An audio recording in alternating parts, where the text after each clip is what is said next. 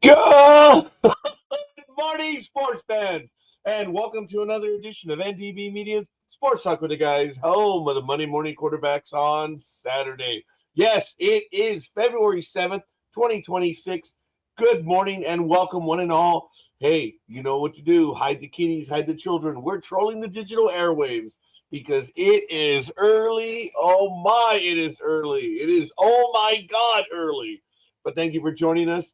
And I'm the scorekeeper, and you're on the NDB Media Network right now. Thank you for joining us. Look at that right there. Look at that. Oh, we have an issue on one of our channels.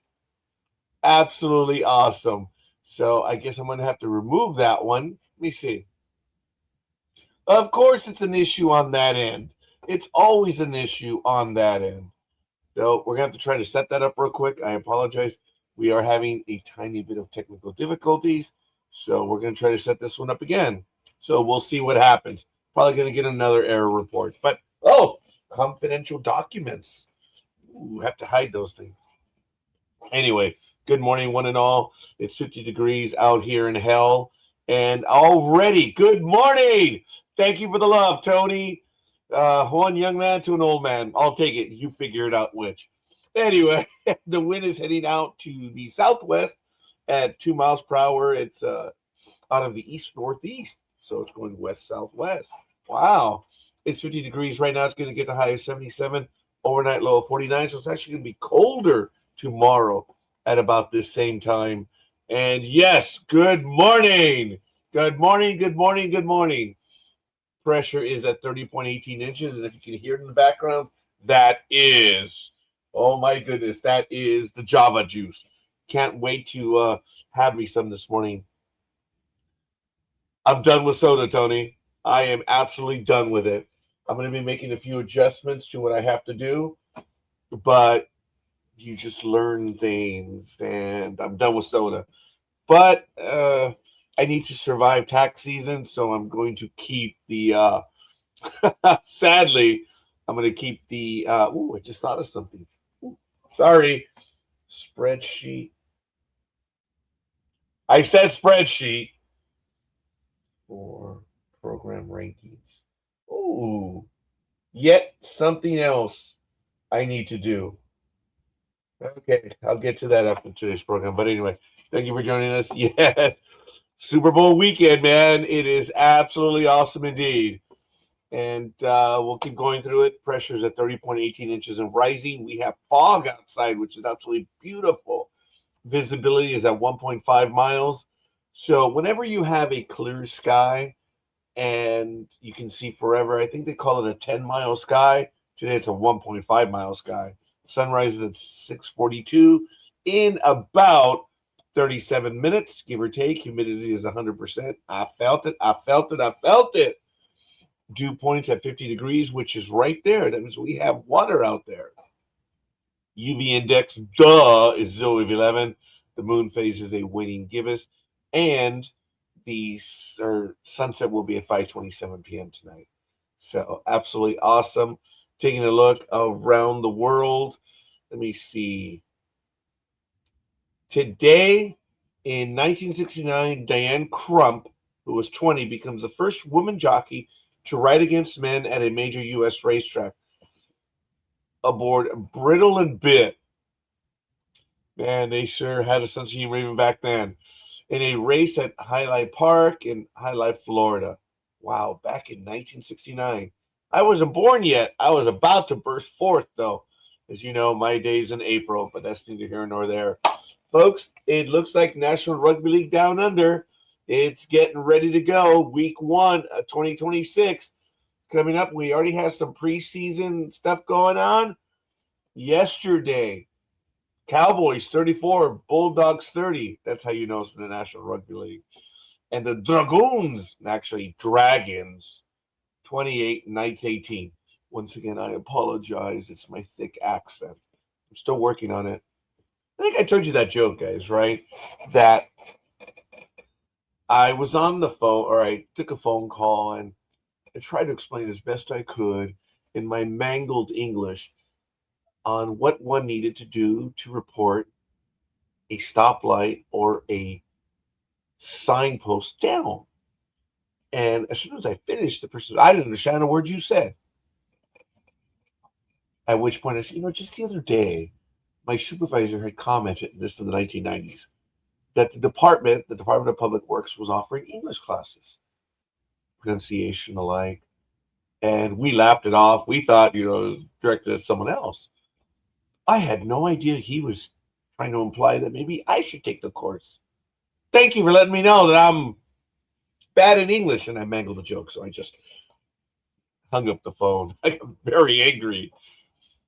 I didn't understand a word you said. Why don't you get the hell out of here, you illiterate moron? I know, I'm stuttering when I say illiterate moron. But anyway, coming up, the Harvey Norman All-Stars on February 14th, Maori versus the Indigenous, and also the Harvey Women's All-Stars will begin on the same day as well. So that's a quick look at National Rugby League. Taking a look at the LPGA 75th years going on right now, baby.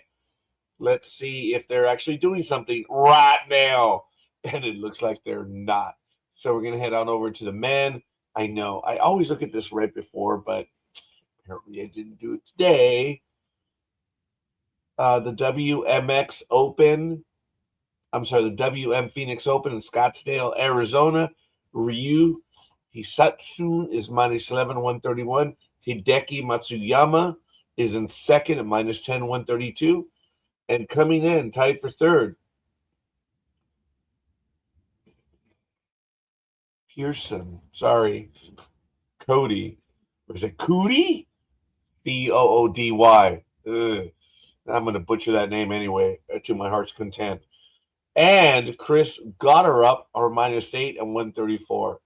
And that's in PGA. We have the live Corn Ferry Tour, Astora Golf Championship presented by MasterCard in Bogota, Colombia, February 5th through the 8th. Ashton Van Horn is minus 12, 130. Tied for second is Mason Anderson and Cristobal del Solar at minus 10. Oh, but Anderson has 132 strokes. I can see that. And Del Solar only has 61. So obviously only a one round. So, he has through 16. Must be going on right now. So anyway, that's where we are right now. Tom Whitney. Ooh, I wonder if Dream knows this guy. Is tied for fourth with James Nicholas at minus 9 and 133. I believe Mr. Dream is in the neighborhood. I believe he visited with family yesterday. I wasn't able to meet up with him this week, and I do apologize. Must be busy. Yeah, a lot of stuff was going on, and is going on. But yeah, anyway, IndyCar Series, 22 days for IndyCar. St. Pete, March 1st. That's when they get going. Mission Foods, they start March 5th in Gainesville, Florida. Phoenix, Arizona, March 20th. POMONA, 9 through the 12th. So you will hear at the end of the program, more or less around 9, 10 o'clock as we're live, you can hear the drag race from here, which is really kind of cool, kind of neat. That's NHRA, Mission Foods. Formula One, I Must Accept All.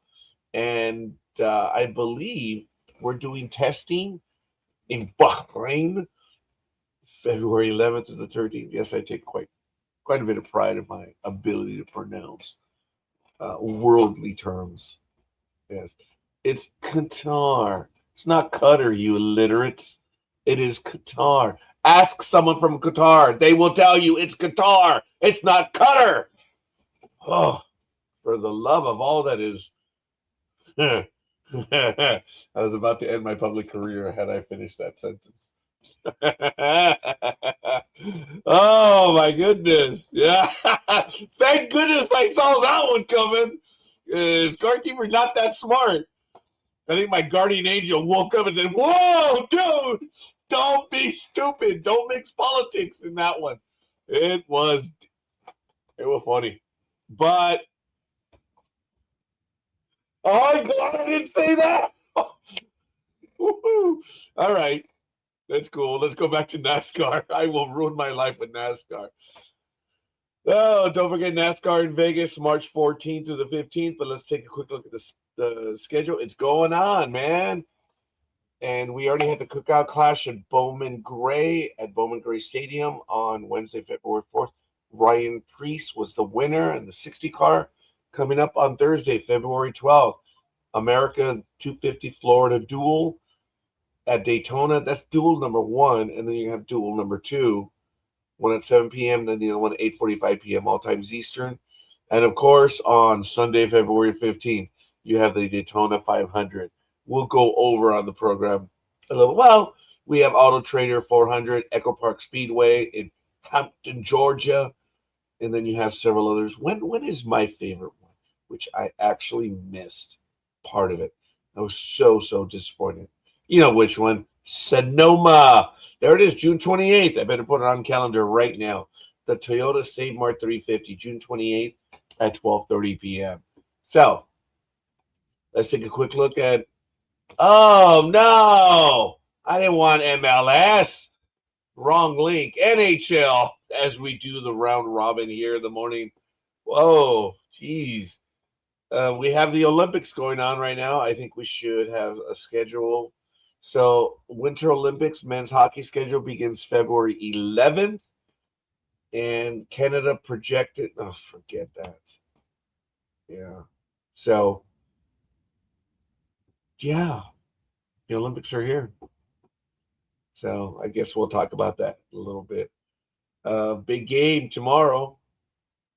Seattle 14-3 versus I was gonna say New Orleans, but no, it's New England. And New England is allegedly the home team. Sunday 3:30 p.m. Pacific. I will be done by then tomorrow, and I will be catching the game in a rather quiet affair here at the Noriega campus. It's not a compound. We are not of that means, but it is the campus, sadly, because it's open. Actually, the rear of the facility is not open. If I don't lose my career over that one, I don't know what. But anyway, yes, I have a secured campus. They actually did the lawn, so you can walk through, unlike the Indian Jones type adventures, which could happen. It's crazy. But oh, follow up, yep, lawn care. Anyway, I'm wide awake and I haven't even had haven't even had my coffee yet. I want to welcome everyone in the chat room. Please let me know who you are and where you hail from. I understand we already have the big dog there. I'll be on shortly. No, I need the big dog. I don't need the short dog. There's a reason why you were porque te elegí, why you were chosen. But hey, NFL football, baby, one day, 9 hours and 15 minutes. It's going to be on the Peacock channel. They actually named it Peacock Streaming or Peacock Plus, but whatever. Major League Baseball, pitchers and catchers report sometime next week. That awesome. When is 2026 pitchers and catchers report date? This might be the last bit of baseball that we have for a while. February 10th. Some teams will have their pitchers and catchers report on this date. This is the latest date, and then the 11th is the latest date for them for the World Baseball Classic. And then on February 12th to the 13th, other teams may have their pitchers and catchers report on these dates as well. So that's the start. It is just a few days away. Welcome. Let me know who you are and where you hail from in the chat room. Peter, if you're awake, thanks for joining. Mooch, hope all is well. And hey, it's all good. The plan yesterday was to take a day off and spend it with the family, and I still did. For those of you that know and don't know, Margarita egressed from the hospital. You could always say that. Did your child egress from the hospital? But she made it home yesterday. So now we have the forever long wait to find out how she's going to be doing. And the Major League Baseball page just froze. So it's frozen. It's gone. But that's like almost everything I'm meant to go through, and I went through it in a few minutes. Wow. Shocking. So, taking a quick look at NBA news, I'm going to get this one.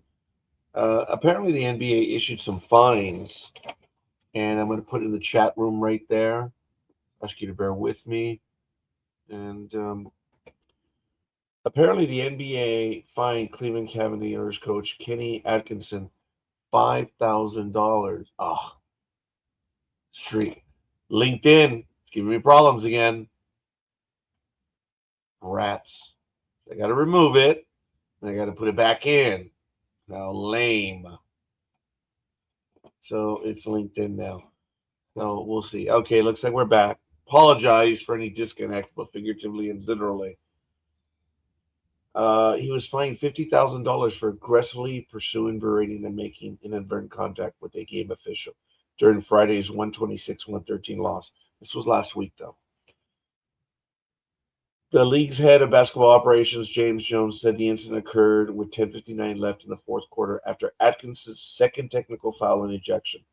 The coach of the year was upset over a no call involving Suns guard Colin Gillespie's defense on Sam Merrill, which ended Cleveland's 5-game win streak. Of course, in the post-game interview, Atkinson criticized the officiating crew for a stark free throw disparity, noting Cleveland had only one attempt through 3 quarters against the team that ranked 26th in fouls. On any given day, he described parts of the game as circus-like and accused certain players of taking liberties without consequence. Atkinson insisted his contact with an official was incidental, saying, "There was no attention. I think we touched." It happens. He has to pay his fine. It is what it is. Hey, what are you going to do? Just shut up and pay it and move on. That's the best thing you can do. That's one of the better answers, just to shut up the masses. As a matter of fact, I was talking to someone about a phrase that I find terribly amusing. The internet was in an uproar the other day. Yeah, and I think I talked about it on this program. An uproar? I mean, what? They're ones and zeros. I mean, seriously. The internet in an uproar. What the hell does that mean? A bunch of boys are banging on their keyboards? Well, that's what's wrong with society. They should be banging on a bunch of girlfriends. I mean, come on. Right? The reality of the internet being an uproar. I walked outside. My cat was out there. My car was out there. Everything was calm, but yet there was an uproar on the internet. Whatever. It's just the inadequacy of people today. Just, who cares? Who cares if the internet has gone wild? No one cares. I just think that is the lamest line one could ever utter today, that the internet is in an uproar. Whatever. Also, last week around February 1st, I was already collecting a few articles. I guess I had some time off. You know, if I have the articles in advance, like I said, I guess I had time off. Or I had the ability to do as such. There's quite a bit of European backlash, and it threatens the U.S. World Cup. Growing political tensions under the current president have fueled calls across Europe to boycott the 2026 FIFA World Cup matches in the United States. Critics cite travel bans, immigration crackdowns, and foreign policy controversy as reasons to stay away, with high-profile figures like Sepp Blatter urging fans to avoid U.S. games. However, FIFA rules, skepticism over feasibility, and a shift toward dialogue with football authorities may temper the boycott movement. It is a shame on a personal level that it is difficult to get a travel visa right now. I know it's taking longer, and these fans are going to bring money into the country. Why are we making it difficult? That part I don't understand, but the scorekeeper's not smart enough to be able to answer that. But if they're engaging in dialogue, that's a good thing. on a personal level, some of the greatest bit of lawmaking has been done when people talk and reach across the aisle. That's what America is, man. America is reaching across the aisle and getting it done. And this country has done some incredible stuff in the last about 250 years. We're not there yet. That's coming up in July. Don't know how many days away we are, but that's who we are. We've done some great things, and a return to that wouldn't hurt. Also, this was, I guess you can tell when this was going on, I was collecting the articles, that Team Puerto Rico, I am so sorry I did that. Must be my accent. And I don't have a follow-up on this, and I apologize, so slam me all you want for this. But Team Puerto Rico is considering withdrawal from World Baseball Classic amid insurance issues. This is some of the arcane legal stuff that happens in the background, and now it's coming to the fore. The 2026 World Baseball Classic, which is a little over a month away, is just around the corner 3 years after the last tournament ended in epic fashion, with Shohei Ohtani striking out then Angels teammate Mike Trout to give Team Japan the win over Team USA. Fans and players alike are excited in the event around the world, but a wrench has been thrown into the works as a number of players have been denied insurance coverage to participate in the tournament. As noted by Evan Drellick and Ken Rosenthal of The Athletic, the insurance concerns are significant enough that Team Puerto Rico has suggested they might need to withdraw from the tourney entirely due to 8 to 10 players on their expected roster being denied coverage. That's crazy. That is absolutely crazy.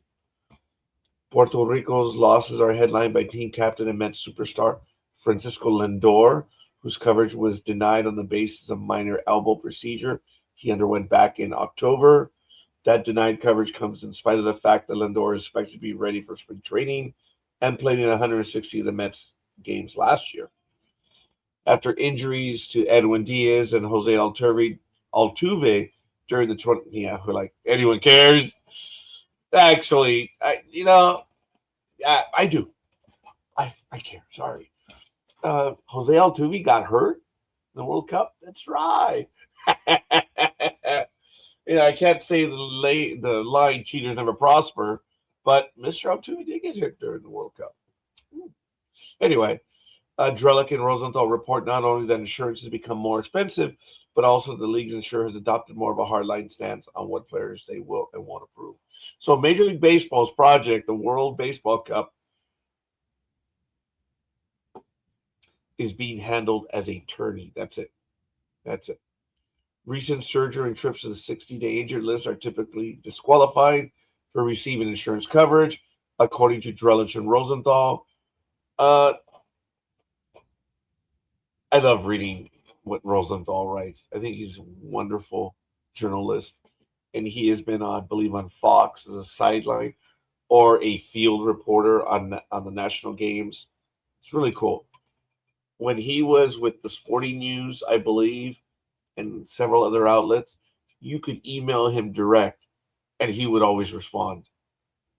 I have fond feelings for Mr. Rosenthal, and I got into it with him about Sunday Night Football, and he was phenomenal. I said some things that were inflammatory, and he acknowledged what I said, but he disagreed. And he said, why? I no longer have the email, but he was risking even commenting, and I suppose, because he didn't know who I was, whatever, but he is smarter than I am. And he took the time to take my inflammatory comments apart. Not bit by bit. It was just like, da-da-da, bam! I'm like, oh. It was frustration that I had with Sunday Night Baseball at the time, and he was giving me an insider's perspective on a level that I rarely ever see from someone like that. And he said, okay, all right. I will acknowledge your comment for what it is, Now allow me to answer it. And he did. And I've always respected Mr. Rosenthal for that. Freaking bitch slap. Thank God it happened by email. If he ever told a story, there's not much to tell about it, but it would have been like a 60-3 score. The score was just me showing up. But anyway, it should be known that denial of insurance coverage doesn't automatically disqualify a player from participating in the World Baseball Classic. Rather, it then puts the onus on the player's MLB club regarding whether the team is willing to stomach the risk of that player participating in the tournament while uninsured. It's a rare but unheard of step for a team to take.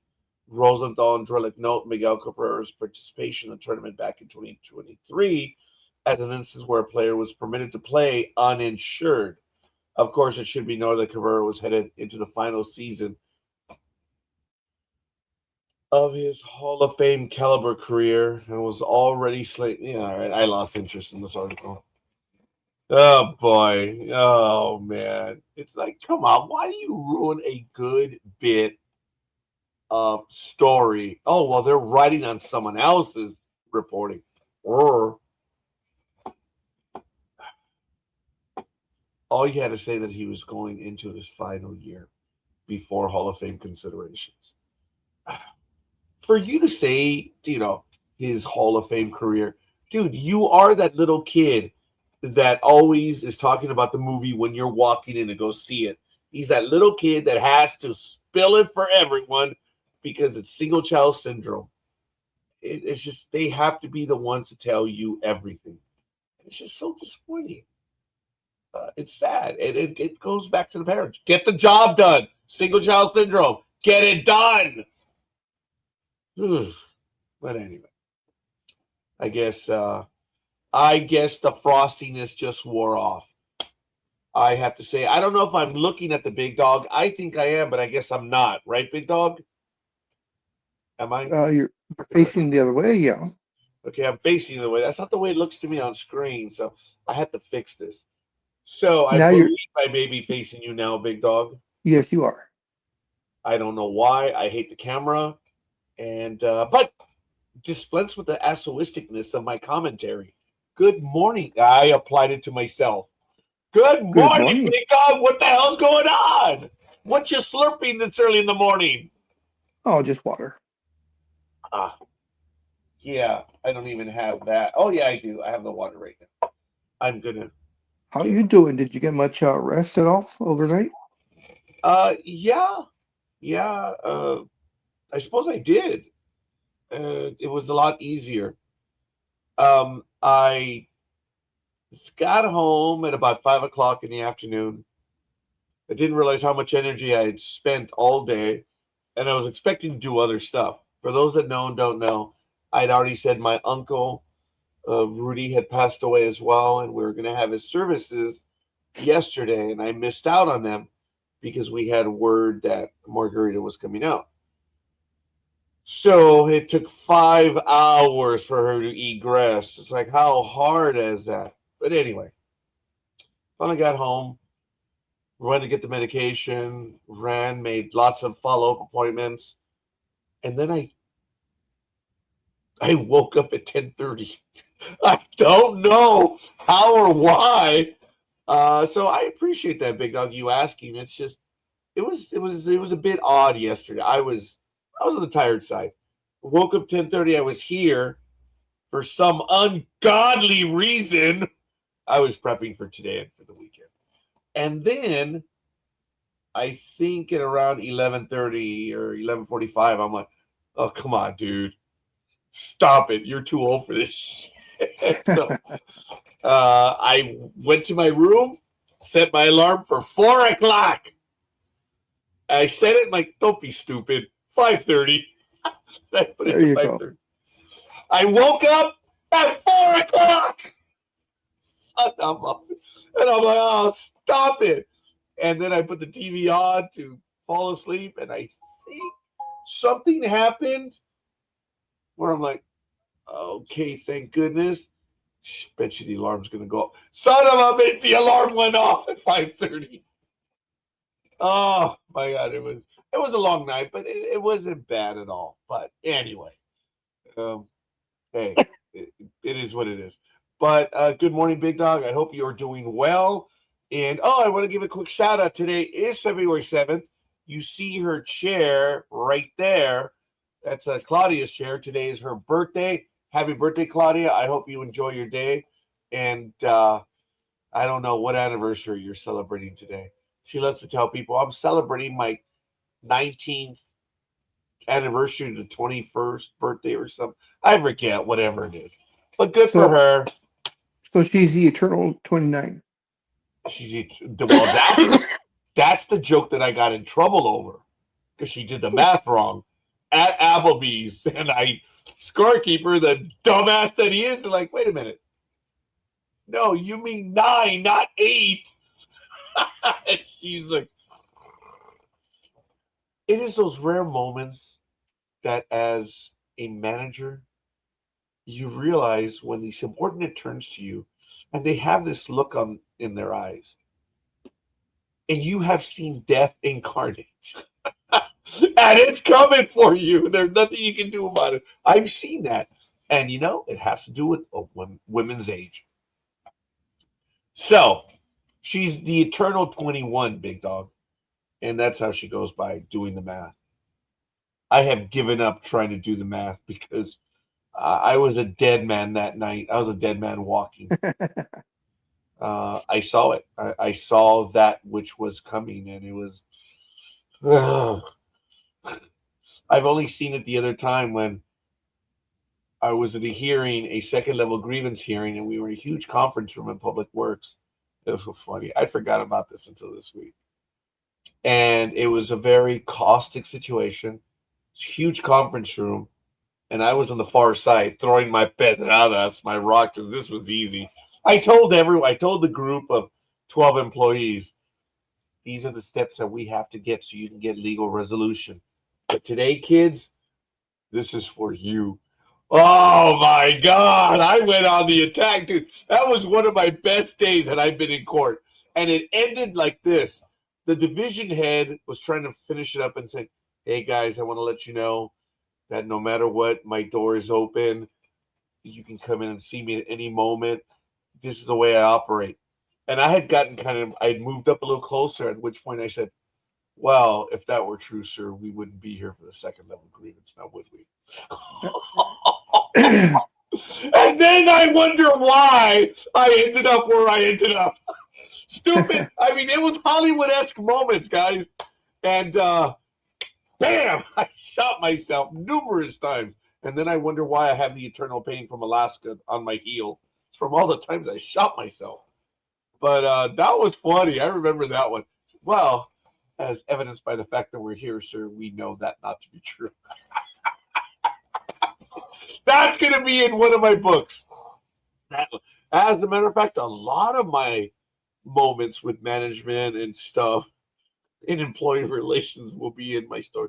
Yes, I have my outline completed. It took me long, and I have actually begun writing a story. That's all. That's all I'm going to say at this point. I've been wanting to do it my entire life.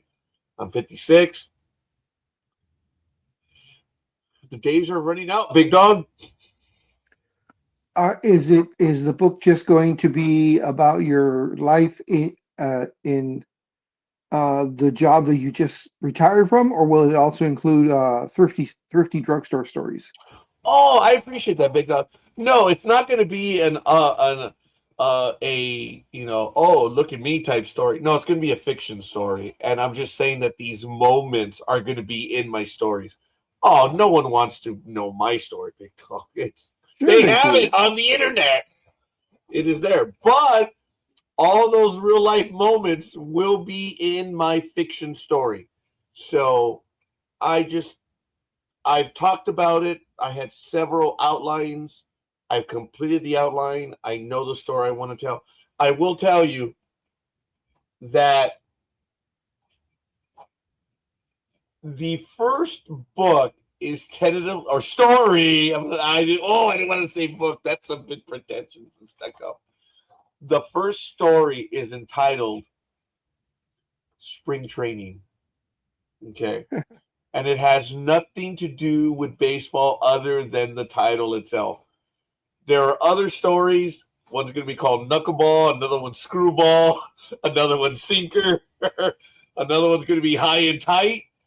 And they're each, what happens in each little adventure is related to the type of pitch. That's all. That's all it is. I already have the titles to each little novella. That I'll say that they're little novellas. I know what's going to happen in each one, and I actually have the climaxes to 3 of them, and it's going to be to music. I've been spending a lot of time alone. Anyway, there are going to be parts of my novellas. As Big Dog, you know that I am one for music and movies and stuff, and that has always been one of my drives. That I'm going to have at certain points where there'll be a note, and you have to go to the back and read, okay, this is the music or the song that's playing right now. If this were happening on the big screen, that would be the chosen music. And that's going to be one of my little things. So I already have a death of a character. And I forget which song I chose. But it's a really funny, upbeat song. I forget. But I thought it was really kind of funny. But anyway, I expect to have my first novella out by July of this year. So it's already progressed that much. And we'll see. We'll see. I've been wanting to do my entire life. Will there be baseball in this? Oh, I don't know if it'll ruin the universe. And I use that term loosely. I don't know if bringing baseball into the actual story would be good or bad, but that it's a fiction-based story. Take it for what it is. And there is a Big Dog character in the book, in the series. I don't remember if you buy it in book 6 or 7. I don't forget. No, I think I'm mistaking you for someone else. Dude, I have over 300 characters, dude. It's crazy. But there is a Big Dog character, and I don't remember what your name is. There is I'm working on a Tony character. To put him as a form of security or law enforcement is a waste because he already did that in real life, but it's kind of like a private investigator type. So yes, people in my universe are in this universe. So obviously it's fiction based, but yeah, Tony's a type of investigator. He's a cigar chomping, branded drinking investigator, and it's really kind of. And Tony, sadly, I believe he's only in 2 of the novellas. So. Aisha, thank you. Thank you, Aisha. Aisha is in it as well. So it's kind of cool. But I'm not going to tell you which person you are. I want them to figure it out and see if they can. But there's a big giveaway, Big Dog. I think there was anyway, forget it. I'm proud of what I'm doing. It is what it is. I just want to tell these stories. And I didn't realize how easy it is to write humor. I understand that humor is one of the more difficult things to write. And I get why. But I just take the humor from real life. So for me, it's a little easier. Real things that have happened, I just. So we'll see. I've appeared in a comic book with my real name, Adventures of Giant Girl, Volume 3. That is cool. I appeared in a legal pleading. I appeared in a novel as well, several novels, but yet I have now been wiped from existence. Someone went back in time and eliminated my very being. But because I was caught in the temporal wake. I still have the original with my name in it, which is kind of cool. So I see this little aura around it. It's like, that's the original story. And there's actually a story within the story of the story. There's no vindictiveness in these stories, but there are a lot of people that you're going to recognize, Big Dog.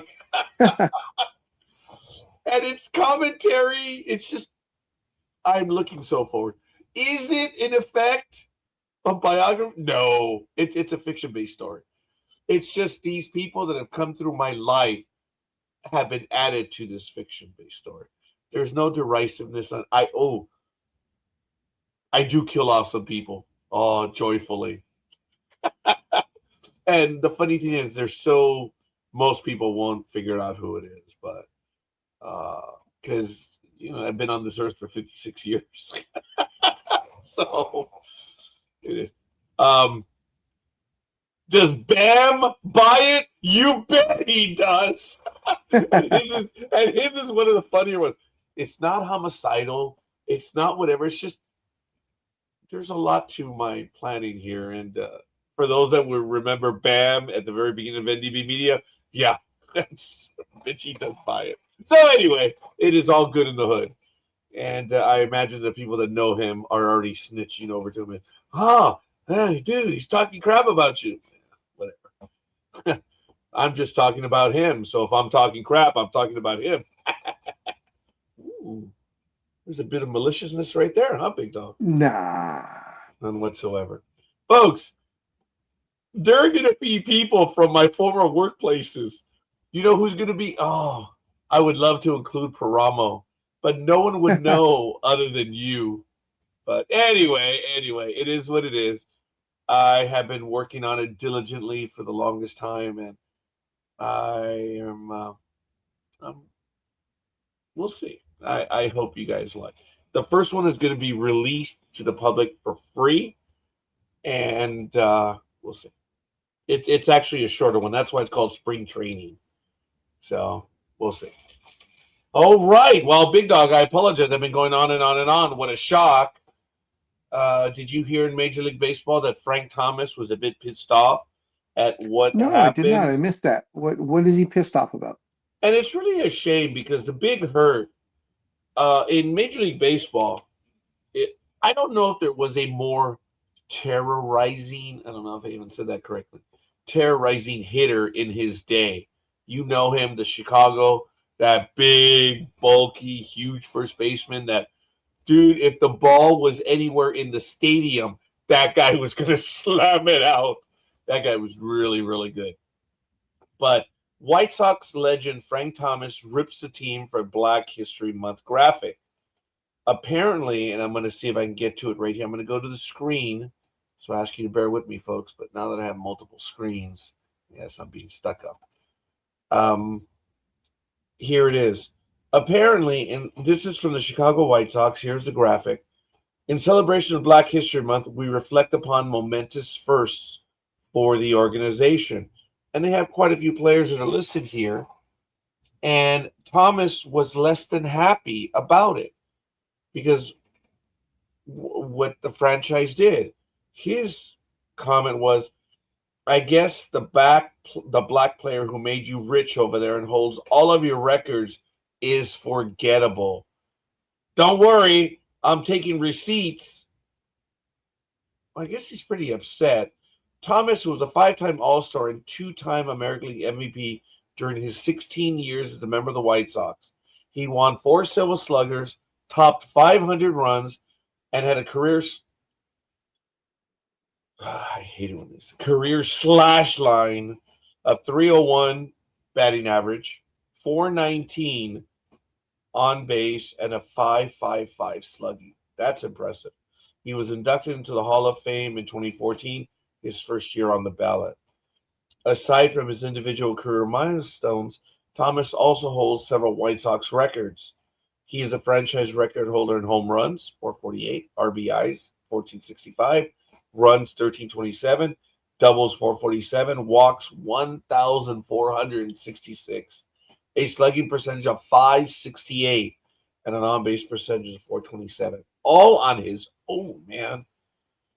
And the article in Sports Illustrated says the fact that the White Sox left him off the graphic is mind-boggling. In 1994, Thomas became the first black player to win back-to-back American League MVPs. That's an easy way to include him right there. And this is what caught my attention. And given the outcry over the post, I'm sure the White Sox will scramble and put something together with Thomas included. Outcry where? I didn't see anyone, demonstrating in the streets. I didn't see dogs running for cover. Outcry where? What? Well, I guess maybe us right now doing it. But here is the one on X. Let's see if I can. Here it is again. I apologize. So here is what the Chicago White Sox did. 1933, Old Comiskey Park plays first ever East-West Negro Leagues. 1960, outfielder Al Smith becomes the first black All-Star in White Sox history. Danny Goodwin becomes the first African-American player elected with the #1 overall pick by the White Sox. Harold Baines, because he finished in Baltimore. Harold Baines becomes the second African-American selected with the #1 overall pick. He was inducted in the Hall of Fame in 2019. On May 1st, 1951, Minnie Minoso breaks the White Sox color barrier. So I apologize. You read it top to bottom in the timeline. I should have read here then across. Carlos May becomes the first African-American player selected by the White Sox in the first round of the amateur draft. Dick Allen. I remember. I'm glad I saw Dick Allen play. Becomes the first black player in the White Sox history to win American League MVP honors. Frank Thomas joined Allen as MVP in 93-94. And June 30th, Larry Doby becomes the second African-American manager in MLB history. Doby earned his first win as White Sox manager on July 2nd that year, 8-5 at Minnesota. So if, in fact, this is the original post and Frank Thomas joined Allen as MVP in 93-94, I don't understand what he's complaining about, but this is the actual Chicago White Sox feed. So it could have been edited where they added Frank Thomas joined Allen as MVP in 93-94. It could be because this is the feed itself. I'll see if I can take a look at the image, which is right here. And I cannot tell if Frank Thomas is mentioned. And it's actually 2 pages. And no, he's on there. So Mr. Thomas, come on, dude. If you were on to the first time, dude, you weren't the first MVP. You were the first back-to-back MVP, which is unreal. Congratulations. But if they did mention you, if they didn't, I'm sorry, Mr. Thomas, because I do respect and admire you. But based on the imagery, yeah. Are you mad because your image is not on there? Maybe he's mad because the way you read it, right, just previously right now, he's kind of like a footnote and doesn't have an actual, like, line that everyone else had. And Frank Thomas is... You never hear about him. He never got into trouble. He's a respectable guy. His bat spoke, and boy, I could still hear the echo every time he hit the ball. I would tell people that every time the White Sox played the Yankees, I swear to you, I think Frank Thomas just saw pinstripes and said, "Oh, fresh meat. We got the kids coming to town." Frank Thomas, forgive me for the language, beat the crap out of the American League. And he was a good first baseman too. He was the whole package, man. And I never ever saw anything. So I suppose you're right, Big Dog, is that he is mentioned as a footnote. But to shide the team publicly like that, I don't know. I will never be in such hallowed language or be considered for anything like that. But you were on there, dude. You're on there. Now he just is enjoying his retirement from baseball by, of course, selling or generic Viagra on TV.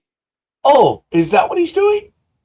Yeah, he makes some commercials for some Oh, sort of supplement that it's supposed to be like testosterone or something or other. Uh, but he hints, the commercial hints that it is, to uh, help pleasure your wife or girlfriend, in the bedroom.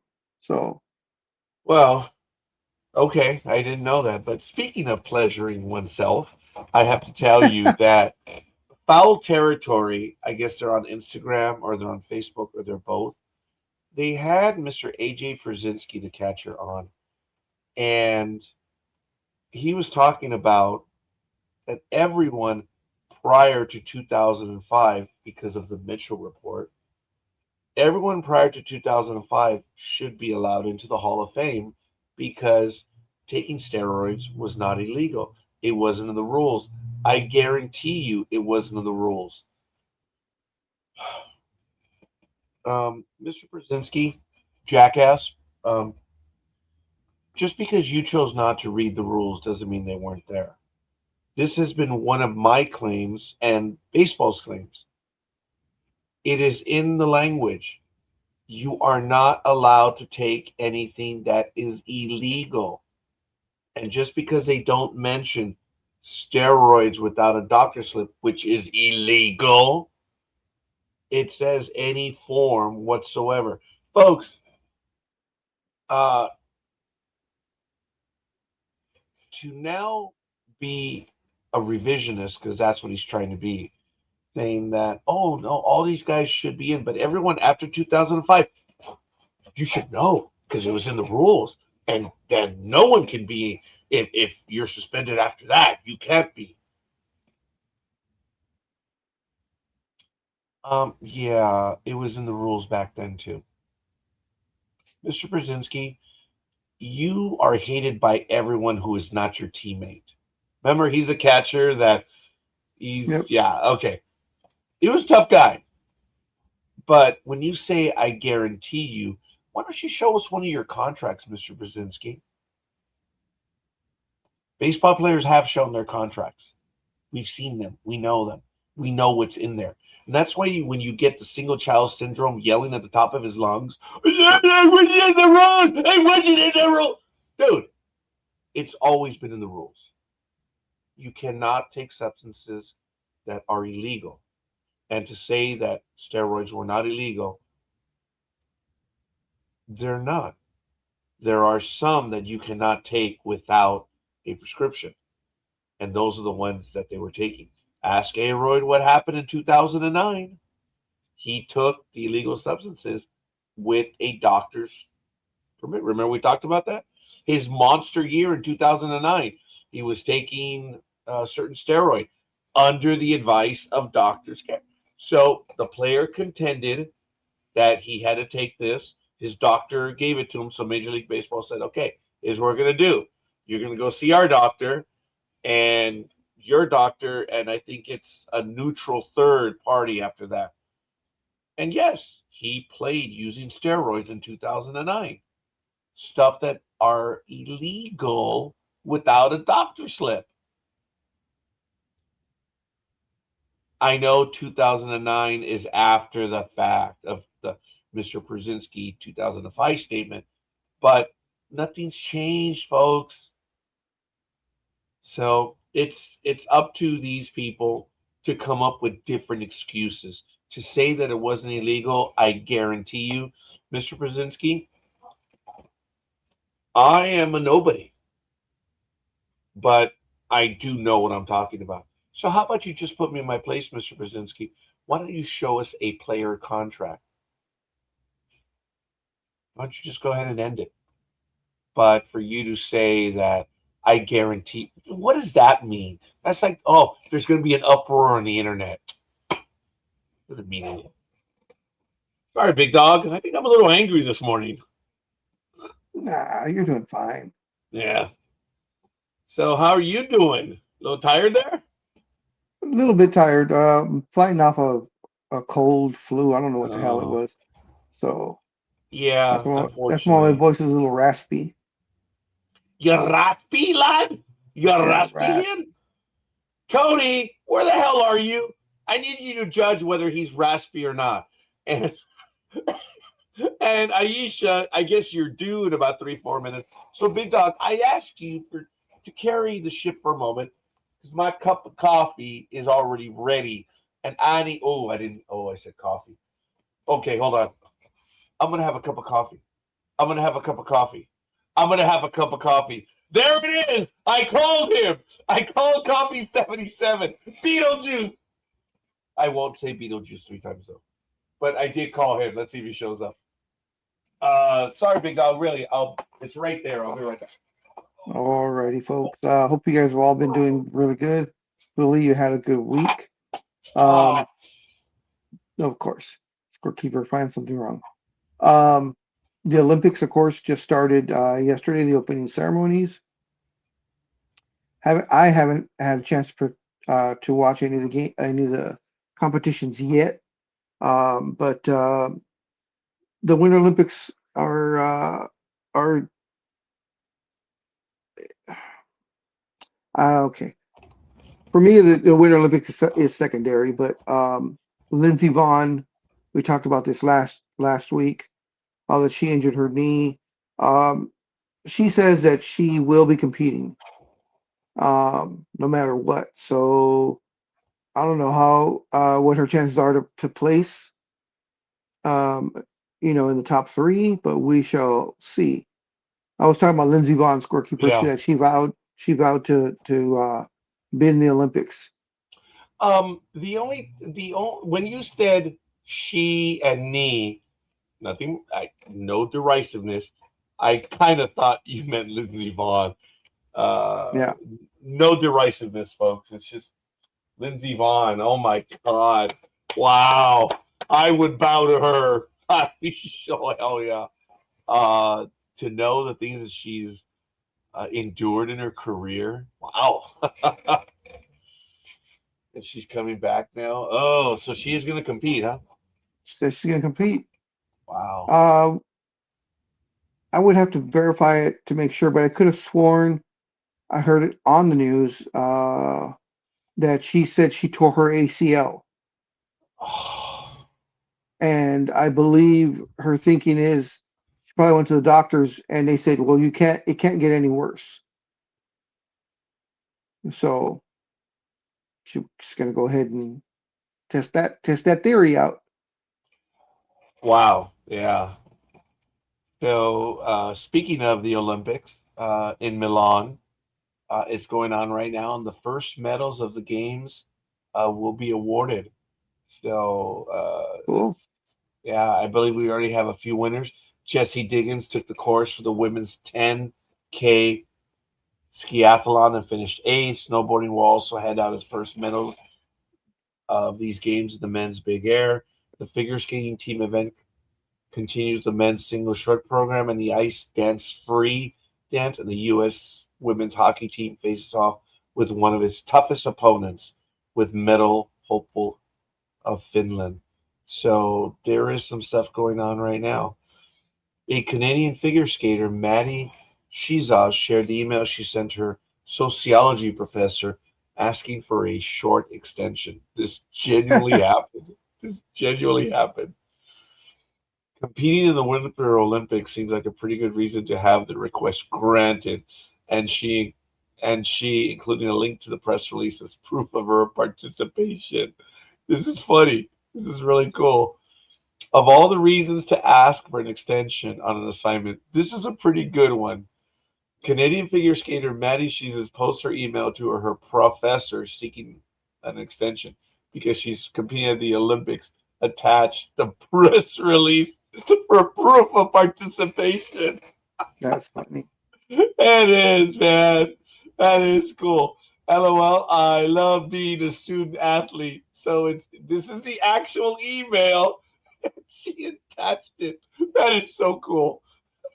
She says, I just need a few extra days. I give it, dude. What do I know? I'm not a professor. Oh my God. I can just imagine how that went. Uh, Excuse me, Mr. Noriega. Can I have an extension on my thesis, please? And of course, you were like, "Ooh, for why? Why do you need an extension?" Well, I'm going to represent my country in the Olympics, so can I have an In what? extension? Okay, this one's stupid skirky. In what? If you have one job. If it's curling, it ain't happening. Excuse me. Oh, our favorite knucklehead loves curling. That's not a sport. That is not a sport. Curling. I mean, what are you doing? You're wiping, you're creating a venue for the rock. We have that in Mojave Desert. Get a little bit of water on the surface and these rocks move. You guys thought that was exciting? On ice? That's what curling is. You throw a pebble and you got to clear off the court to create the channel for the rock to get there. And the quicker you are, the better you are. I don't know. Do you have a favorite sport that you like to watch in the Winter Olympics? I do like the figure skating. I do. I Yeah. fully admit I'm an old guy. Me likey them figure skaters. But I do like bobsledding. Oh, okay. Jamaica, on!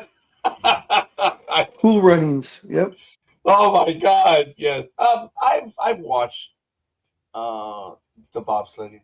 I think my parents used to watch the bobsledding as well. So yeah, it's good. The skiing, the slaloms, all that stuff. I'm impressed. If I have nothing else to do and it's on, I will probably watch it. But no, to answer your bobsledding, baby. I mean, to jump into that little almost lost my life again. In that little rocket, can you imagine the word I meant to say right before? Because some people refer to them as cars. I actually almost said that. I was like, ooh, that was a racially insensitive term. I don't know why. I don't know if you caught earlier, Big Deal or Big Dog. Oh, maybe you're the big deal now. But my guardian angel's been on duty all morning because I was going to say something that would have ended me publicly. And I was like, whoa, don't see this through, Big Dog. So I was fortunate. My guardian angel saved my life. I think he saw the future and came back. He said, Marty, shut up. So I don't know why he calls me Marty, but whatever.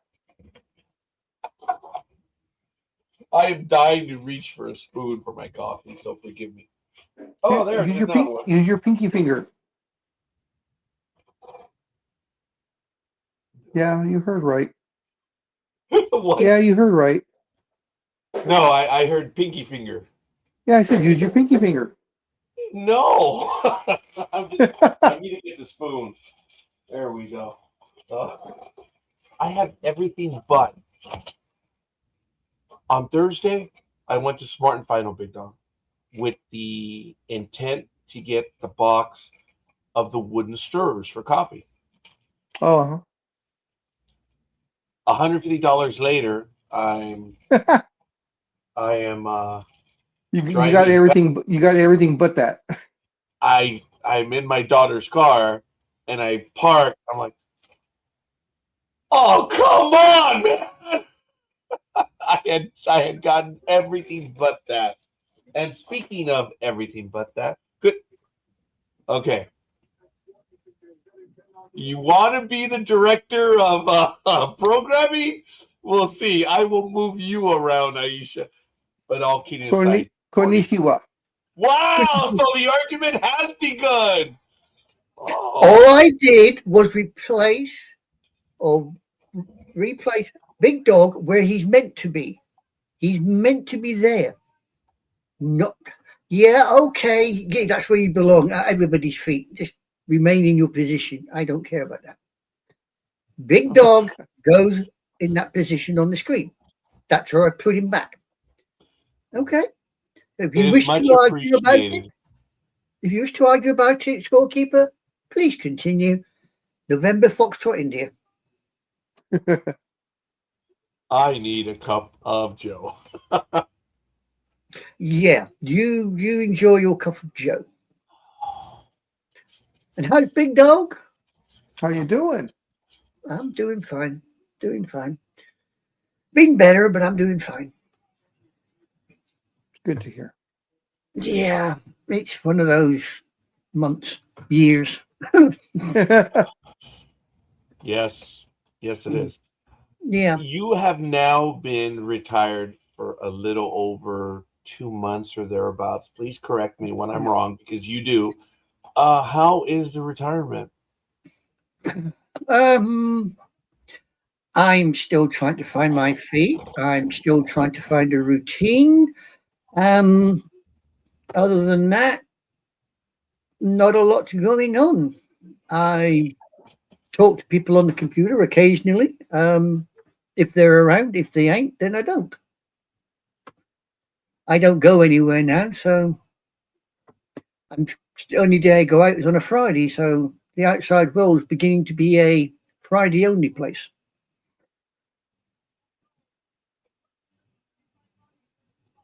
That's just I life. can't stay in the house.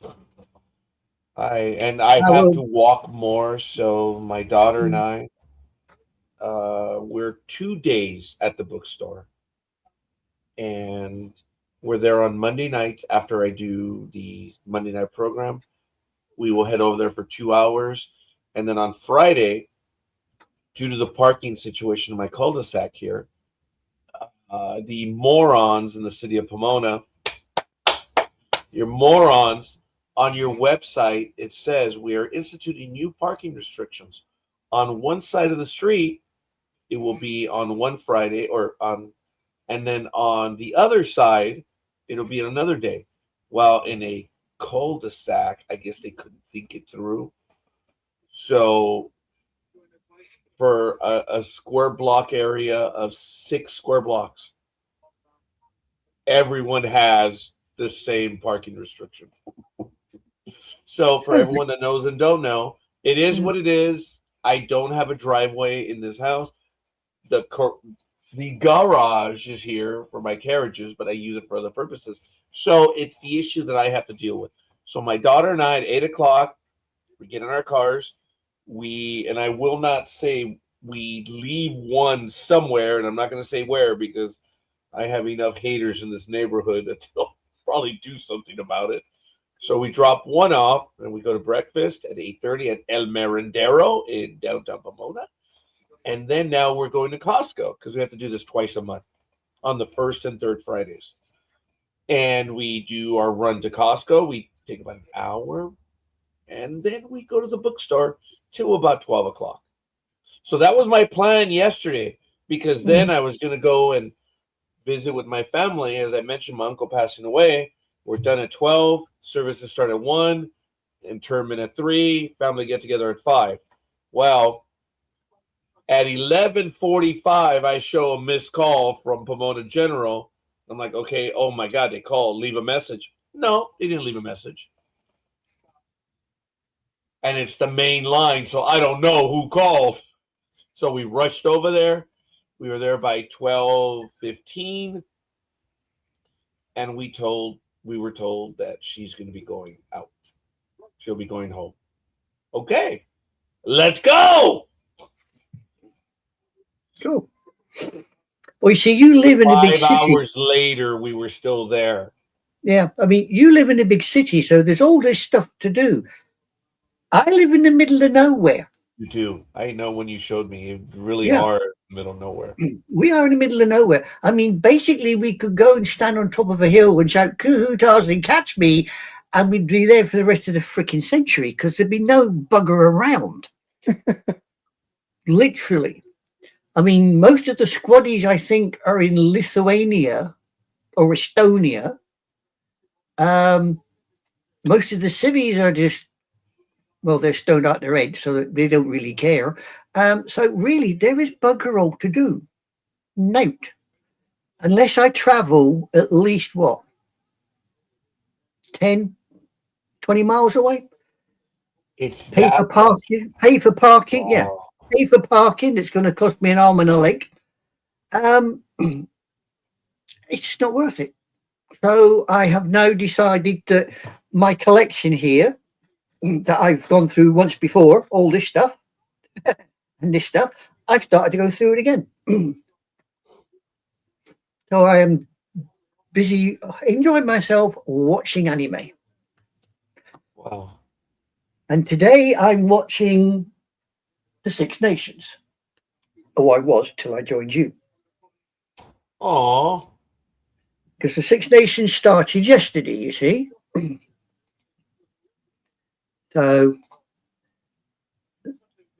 I'll give you the score from yesterday's game. There it is. That was the score from yesterday's game. France 36, Ireland 14. Oh dear, what a shame. There you go. What was this? Cricket? No, rugby. Oh, rugby. Aye, lassie. Six Nations. And at this precise moment, it's Italy 15, Scotland 7. They've just started the second half.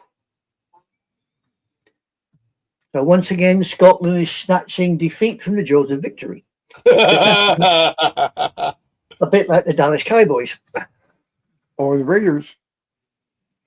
Oh, yeah, exactly. Oh, the Raiders. The wavy waders. Such is life. Such is life. Are we being mocked, big dog? Nah, she would never do that. Hey, you know, What? I didn't realize we were that far apart, but we have numerous ways to get to each other fairly quickly. But in miles, I didn't realize that we are almost 25 miles. It's 24.8 miles.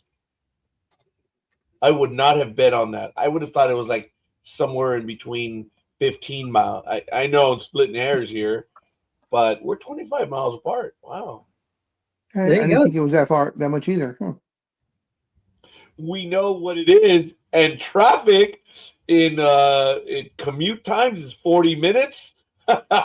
Otherwise, it's about what, 20, 25? Big Dog Yeah, drives much faster than I do. That's why when my assistant tells me, dude, you're driving like George, like, the hell does that mean? But anyway, she's trying to let me know You that mean I'm you drive driving like fast. Miss? In short, you drive like Miss Daisy. I do know that I do drive much so, except when I'm in my Maxima, because that car, that's a six banger in there, man. I got that car for a reason. And when I went up the, I was going to say the East Fork. When I went up the Eastern Sierra here in Southern California, or when I've driven it to like Palm Springs or whatever, it is the rare moment when the Maxima used to be an old style touring sedan. The original Maxima competed with the Cressida. They were called touring sedans, and I understand it was off the Mercedes, the Bentley. These cars were made to go on the open highway and to be enjoyed. Well, Maxima decided to make their little car a sports car. And it is really not.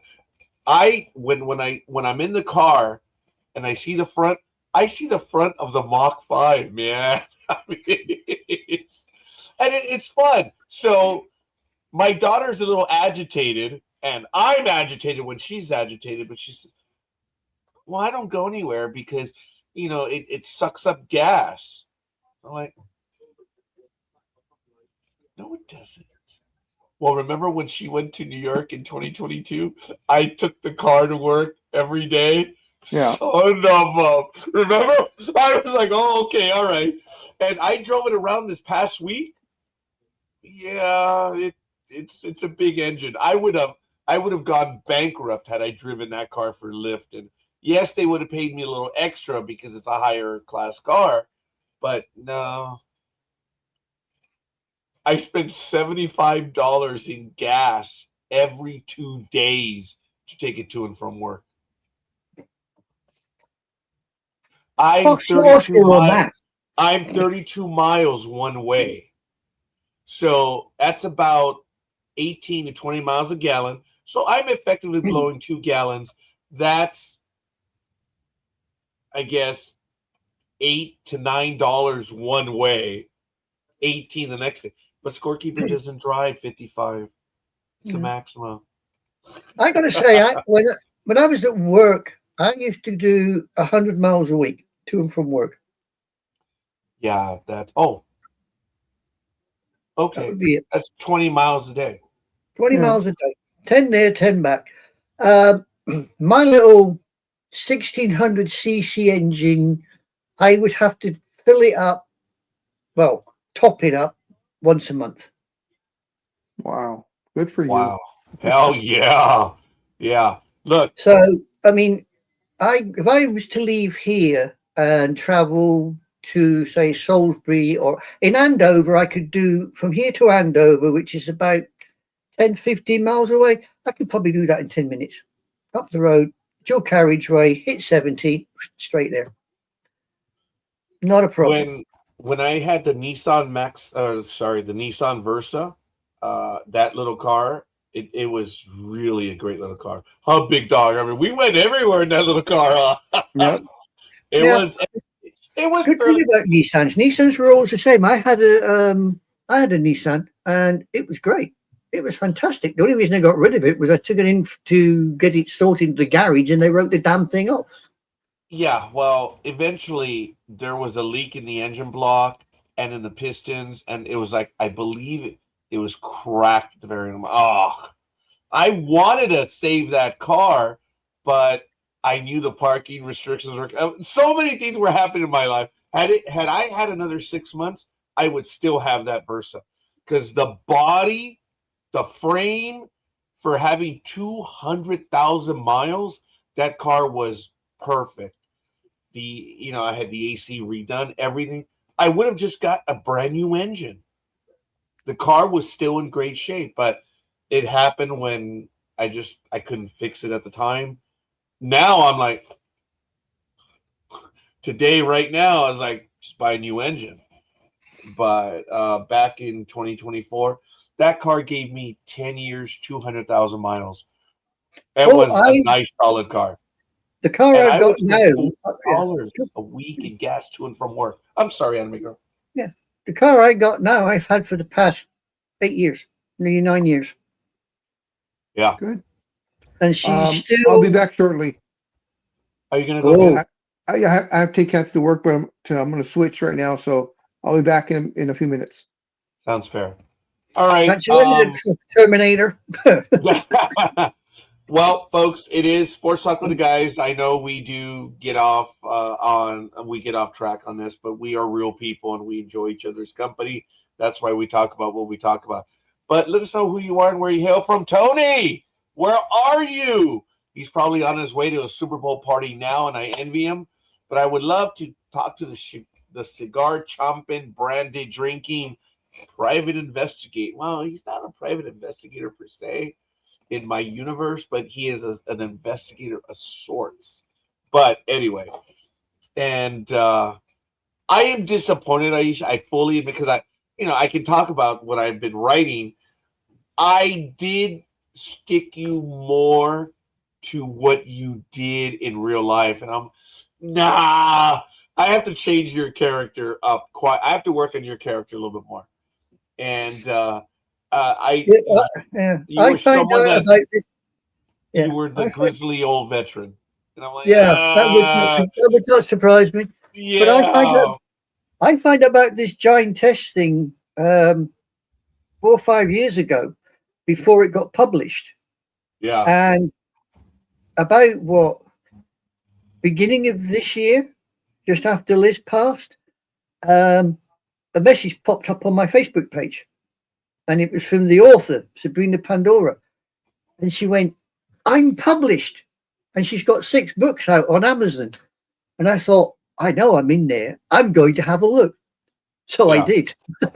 I did. And I found it. I'm in volume 3. And she uses my actual name. And I'm a high school girl that's looking for a fight. Oh, I may have to. I'm gonna have to make a note of that. Go figure. Me, high school girl, looking for a fight. Nah. Oh, that's funny. But I like that though. I mean, I tried writing a book. I tried writing a Star Trek thing, but it never actually got off the. I did a lot of it, but then it stuttered to a finish. Well, I told you I wrote 2 spec scripts, and I have them. One of them is here on my wall. One of them was entitled "Yesterday Hasn't Happened," and the other one was entitled "We Will Never Forget." And I can talk about them now because Star Trek has now finally told similar stories. Today Hasn't Happened. I still have. That's the one that I hold on to, and I really don't talk about the storyline. But We Will Never Forget was a 3rd or 4th season Voyager episode that this was prior to the equinox. Okay, that they discover a ship out of place and out of time. They actually discovered a ship from 200 years before that had fallen into a black hole and ended up in the Delta Quadrant. Voyager was no longer alone. And it didn't matter if these people were 200 years in the past, they were still humans, they were still Federation. Well, it was, I think it was prior to the Federation. But what? I told you about this. Didn't TNG do a similar version with Kelsey Grammer as the captain of the other ship? Oh, that was the episode where it just shows up, and it was about 80 years from the past. Yes, but causality loop, was it? Causality loop. But this was a Voyager centric story, and it was Voyager was no longer alone. And right. So I was sneaky when I did tried to do my little Star Trek thing. I invented my own alien species. But what I did, you see, I was sneaky. I used Star Trek lore to embed my species in the past by using actual other Star Trek species. I used the Tholians, I used the Gorn, and I used the Founders, and embedded my species that had interacted with all 3 of those in the past. And they revved up, buggered off, and then 3,000 years later, they turned back up in the Federation's in most of their space. Tholians have got the other half, so they have a little ding-dong to try and get the space back. And I got reasonably along on it, but then it died. Well, like I say, I have the spec script. Well, one of them is the original one that I typed back in 1992. I typed it on a machine. I still have it. The Voyager one is actually in a PDF. And like I say, I don't always share that one, but the first one, I really don't talk about it that much. But it's one phrase in the 4th season opener of TNG, the way Sela speaks to Picard when she says, "You know what I'm talking about." Like, what are they talking about? And I made my story off of that. So anyway, that's the one that I don't talk about very much. Today Hasn't Happened. And the other one I do. I've written story. I have written in high school and in middle school. I was a prolific storyteller. In my own, every time I had to turn in a story, oh man, it was, yes. And a lot of it had to do with historical references and stuff. So you see, my problem is, my problem is when I write, I end up going back to in military history and picking out bits of military history and centering stuff around that. So most of what I end up writing about, I really I don't suppose people would want to read it. I mean, I did a little one on Roman centurion, and I did 3 little bits on this Roman centurion. Somebody read it and thought it was great. Me, I thought, dodgy. So I never went any further with it. Oh, that's funny. No. It's good because you learn stuff about people. So when I understand that they write, I love reading into it. And when someone publishes a story that they've written, I will read it. I will critique it.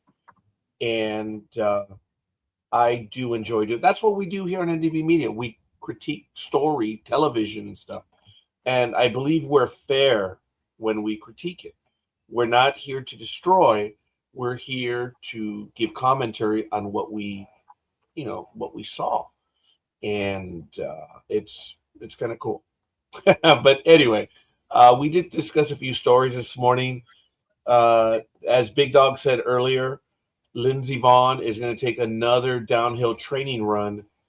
So hopefully she is able to compete. As Big Dog said earlier, it looks like she is going to compete. So I had a story on the former Dodger outfielder, which I've lost right now, and I apologize. But he was found guilty. So I'm going to see if I can find that story right now. I can't believe I misplaced it. So sorry about that, folks. What a shock. Scorekeeper lost the story. And I have a personal commentary on Major League Baseball right now that, again, the internet is apparently in an uproar, that they're stating that even Major League Baseball owners are in an uproar at what the Dodgers are doing right now, because the Dodgers are allegedly buying up all of the free agents. And quite frankly, it's not true. They're signing big name free agents, but this is not unlike what the Yankees were doing back in the late 90s and 2000s. Players want to go where there's a best chance to win. And right now, the Dodgers are the best chance to win, clearly. I mean, come on, cut it out. I mean, let's be real. And you're going to get other teams that are the fan bases that are unhappy because the team in particular is the Dodgers. They're signing everyone. Well, they're not signing everyone, but they know what they want and they're going to get. The other owners don't want to spend. But folks, please understand that these owners are not in an uproar in any way whatsoever. Yes, the Dodgers are driving up salary. In that, the owners are PO'd. That the Dodgers are just spending and spending and spending on that. Yes, because they look bad to their fan bases. But every time the Dodgers come to town, the prices in many of those stadiums go up because they charge premium ticket pricing. I know the Angels do it, which surprised me. There are certain teams that come into town and their prices double, triple. It's crazy. So the other teams are making money off these investments. So for there to be an alleged uproar in Major League Baseball, come on, again, it's fake. I walk outside, my kitty cats are still out there. My cars are still out there. There's no such thing as an uproar. What is happening is, as a whole, the owners have been wanting to put a salary cap in place. It looks like we are headed to that right now. And I do not believe there will be a deal done.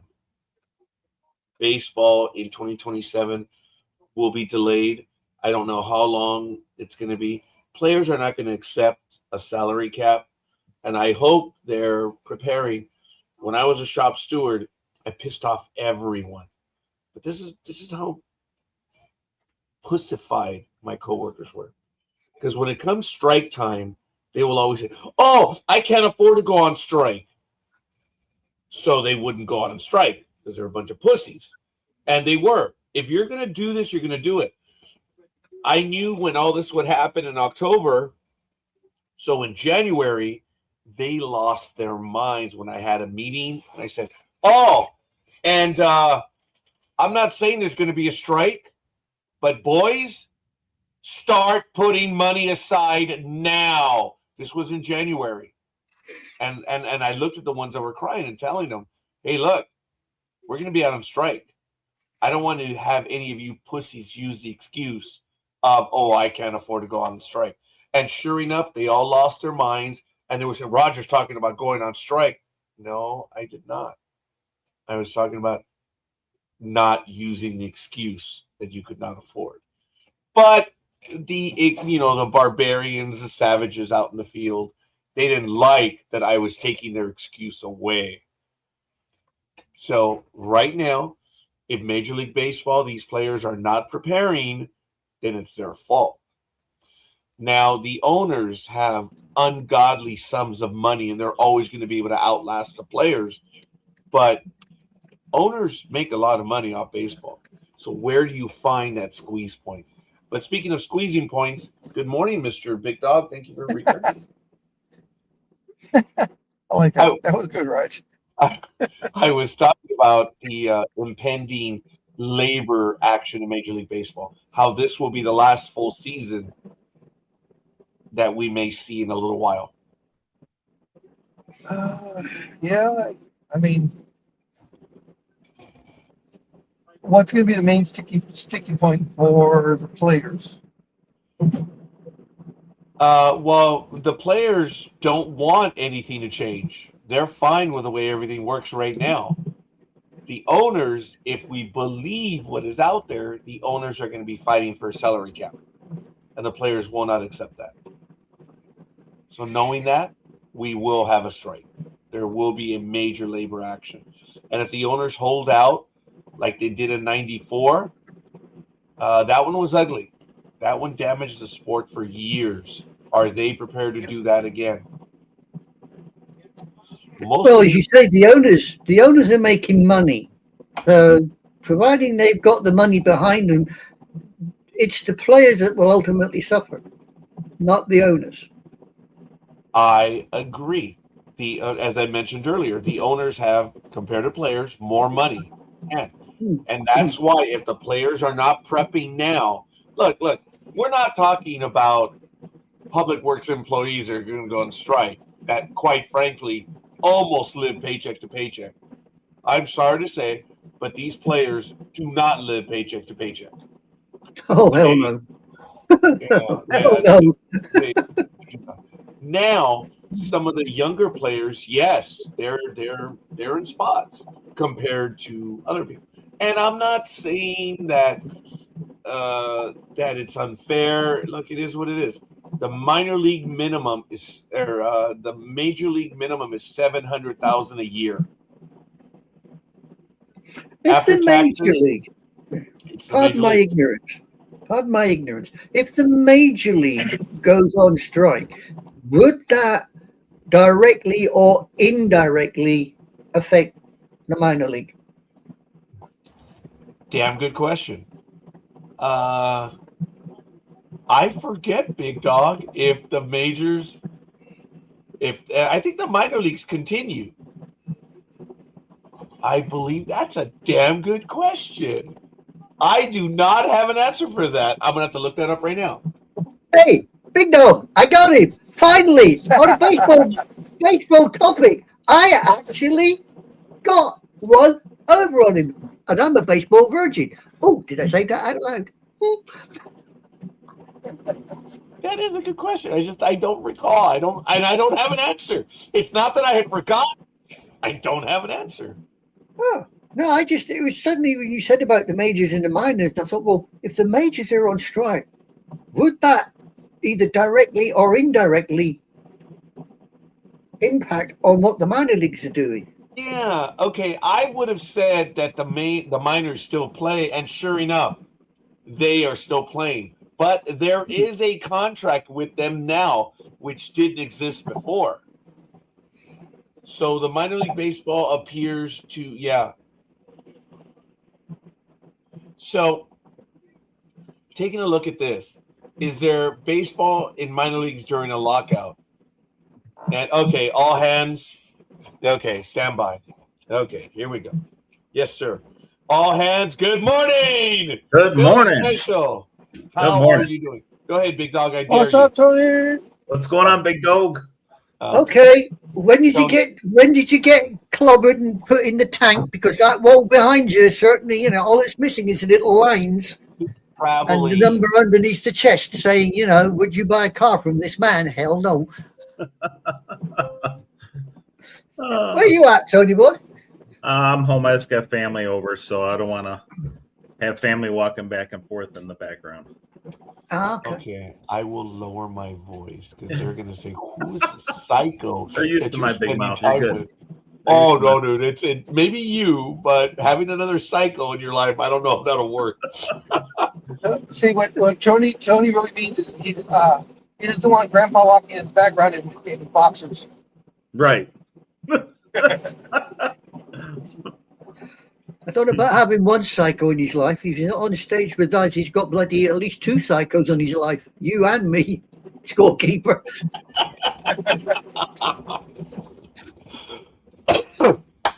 I don't know if I'll be able to top that one. Good morning, Tony. All kidding aside. That was a great question, Anime Girl. I didn't know either. I looked it up. That the minor leagues do continue if MLB goes on strike. Oh, thank you, Phil. I was stumped too. I'm like, dang, I gotta look, Google that. I don't know. That was a great. Yeah, just for once in my life, Billy, I got him. You got And it. Yep. I am a On a baseball baseball virgin. question. And I thought, That's impossible. ask the question because you're a dumb cluck. So I asked him. And I got him. Yay. But here's the thing, and I guess that's why some people will actually continue to pay attention, is I will tell you when I know and I'll tell you when I don't. And that was, I'm like, I don't know. And I'm not going to use the little thing of, well, it's something that I forgot, but I didn't know. No, I didn't have an answer. And I did admit that. Thank God for Google. Is that the scorekeeper? So the reason why you threw me, and the one thing that I would have said is about the 40-man roster thing.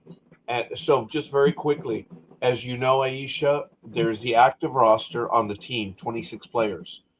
But they can go down to the minors or their injured list, which is 40 players altogether, which they can protect. So if you're on the 40-man roster and there is a lockout, you can't play minor league ball. So Okay. that's the thing. And the minors do have a record right now.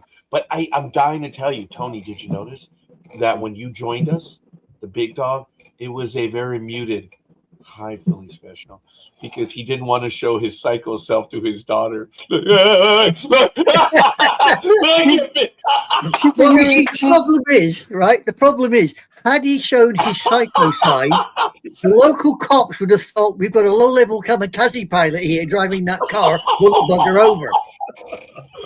We'll get the big dog welcome because he loves doing it. But I look, he's like, shut up, scorekeeper. You're just being That's a stupid. No, I was gonna say she can hear me every time I do it. I mean, it's the part's not that big. I just thought it was a tad muted today. That's all. Yeah.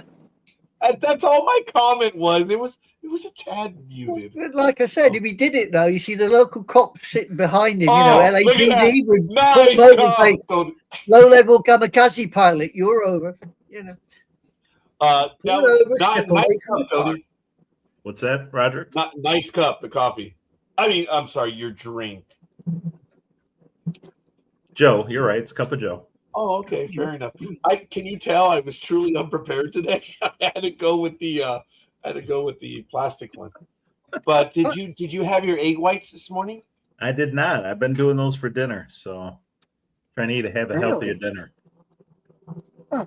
So oatmeal in the morning and egg whites at night. I for obvious reasons admitted to my daughter yesterday that I have to measure my intake in everything. You're gonna measure what? My intake, Your intake. my food You consumption. mean just count your calories? That's what I do. Not just calories, but the actual type of food that I have. I believe my one sin will remain breakfast. I do enjoy going out, and I do have a heavy breakfast because I have long days right now. So you've seen the pictures, Tony, at El Marinero. I will have rice, beans, and the meat, which is on the chili verde. You know what that is. Mm-hmm. And it's especially spicy there. They do say breakfast is the most important meal of the day. And for 33 years working the county, I ignored that one. But I'm now having that. But I mean, just everything else. Tony, I'm done with soda. I am just absolutely done. I've been working on it for a while, but this last week and a half, I've had water or water. That's my primary drink. Water or water. So Yeah, I have it with whatever. ice or non-ice. And I generally like it without ice now. Just the water straight up. And I've been having more and more of that. So this is one of my only sins right now. No caffeine, though, huh? I'm sorry? You're not getting any caffeine? Oh, altogether. I'm done. Yeah. I will show you that I have drinks.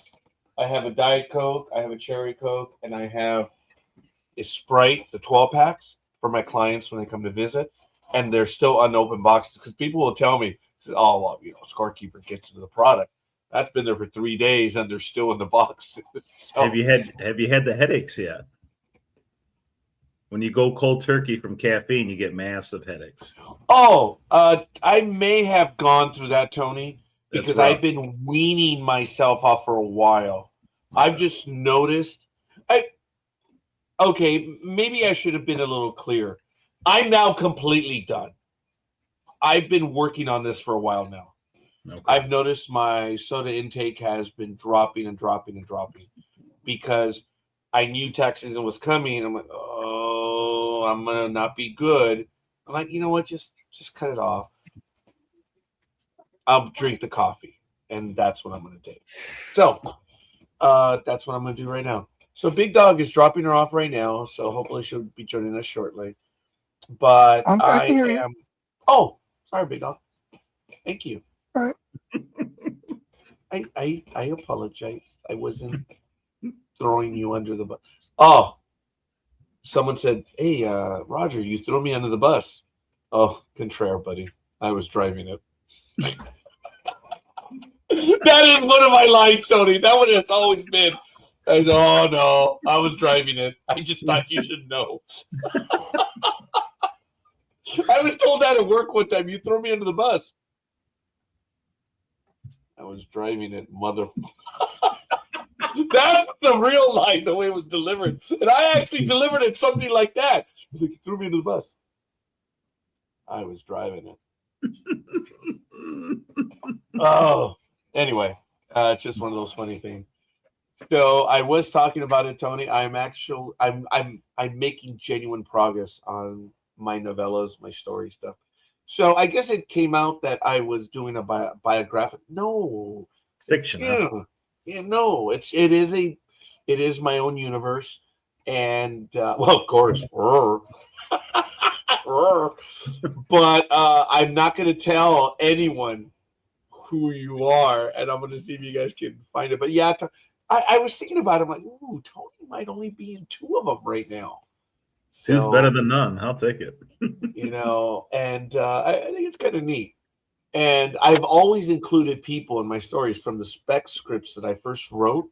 There were people in my life that I just thought it was kind of cool to, put them in there. One of my characters, I overdid it. It was an admiral in Today Hasn't Happened. The character, Admiral Vidalis, was, the lady's name was Vidalis. So, but it wasn't her first name, Esther Vidalis. I don't even think I used the first name in the story, but it was quite obvious. She was a nice lady. She was really cool. I could always depend on her. She told me, she was, Roger, I'll never say a word, but I'm always listening to what you're saying.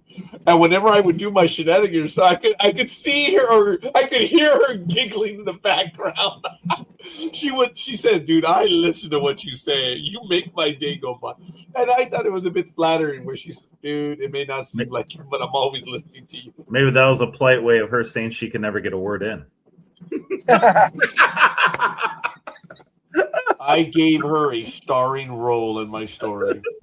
I know, that's no, not at all. I fully admit it. I struggle with such things. So yeah, I do talk and talk and talk. So you guys have to make it clear. We had a guest on Monday, and I sent the guy a message. Dude, don't be shy. Jump in. He tells me, okay, I can't say the person's name, but they responded by saying, dude, I'm not being shy. They know their stuff. I was going to tell him, and that means you're not going to jump in. I didn't say that, but that was on Monday's program. It was a lot of fun. We're reviewing the Night of the Seven Kingdoms right now, and we're doing Star Trek later on tonight, so we'll see. But Tony, what's going on in the world of you? What are you going to be doing for Super Bowl Sunday? Unfortunately, I got to work an event. Oh, you did say that. So you are stuck doing it? I'm stuck doing it just for a few hours, but I'm supposed to work till kickoff, and then I got to drive almost an hour to my party that I already paid for to attend. Yeah, That's I'm going to miss the first hour of the game. I'll be listening on Sirius XM, but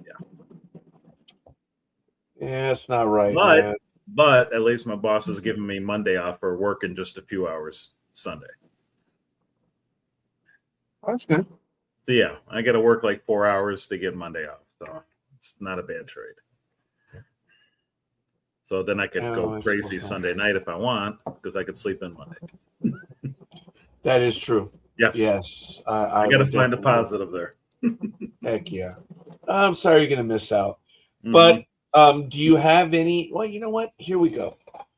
I'm going to head over to NFL.com and let's go to the schedule. And there's the game. It's the only game set. If we were doing that, here are the numbers, folks. Now you need to consider this is the season. I don't believe it includes the postseason games. I doubt it because of the way they do their stuff. But these are two good teams when you look at the final numbers. Points per game, 28.4 versus 28.8. The Patriots were the second highest scoring team in the NFL. The Seattle Seahawks were the third highest. Yards per game, 379 for the Patriots. That put them in third. 351 for the Seahawks. That put them in seventh. Time of possession, 31.17. That's 6 for the Patriots. And 30 minutes, 14 for the Seahawks. Total sacks. Is there an offensive sack? I don't see why it says defensive sacks. Fire the senior clerk that did this. There are 47 sacks for the Seahawks. They're 7th overall. The Cheatriots are 22nd with 35. In interceptions, again, there's no such thing as well, forget it. The Cheatriots are 18th with 10, but the Seahawks have 18, putting them in 5th. And turnover differential for being -3, huh, Tony? Isn't that odd to see the Seahawks the Super Bowl with the -3? I always thought that teams that are in the minus don't make it, but this one did. The Cheatriots are +3, leaving them 10th overall. It's interesting how the game of football has changed a little bit, but statistically, the Cheatriots are the better team. You know what I find interesting? I was going to hit you with, New England had an easier schedule. Seattle plays in the West. They had a tougher schedule. Well, strength of schedule this year, the Seattle has the 21st hardest strength of schedule. I thought they had been in maybe top 10 or 12. Right, yeah. So they didn't play a tough schedule either. So I can't even use that argument. Because I was thinking those numbers are kind of inflated because New England did have an easier schedule, but not that much easier. Wow. Yeah, you got me on that.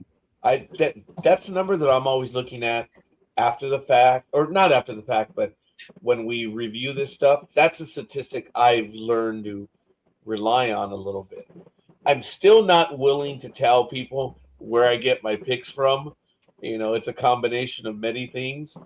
The inside source. We all know that. Oh, if only it were that smart.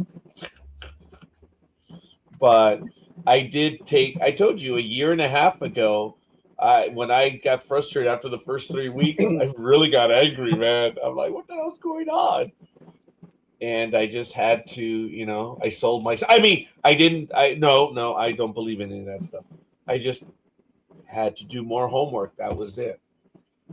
New England had the third easiest schedule this year. Their opponent's record, 429 winning percentage, 124 wins, 165 losses.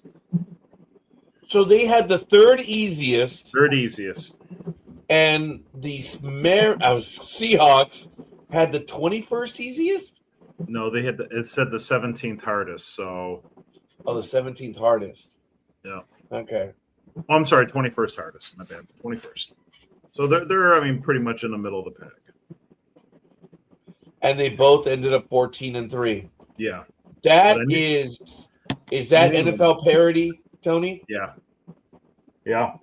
How often do we see two teams with the same record, right? Right. No, that's true. Wow. But yeah, New England had a really, really easy schedule. Where Seattle was kind of middle of the pack, so that we'll see what happens. You know, Tony, now looking back, and I don't know if Big Dog would agree, and Anime Girl, when it came to picking the Patriot games, you're right, Tony. I think for the most part, we all did well with the Cheatriots. Mm-hmm. It was an easier schedule. I know Big Dog's driving right now, so it's a little different, but when you look back, Big Dog, it really wasn't that difficult for that game, the Patriots.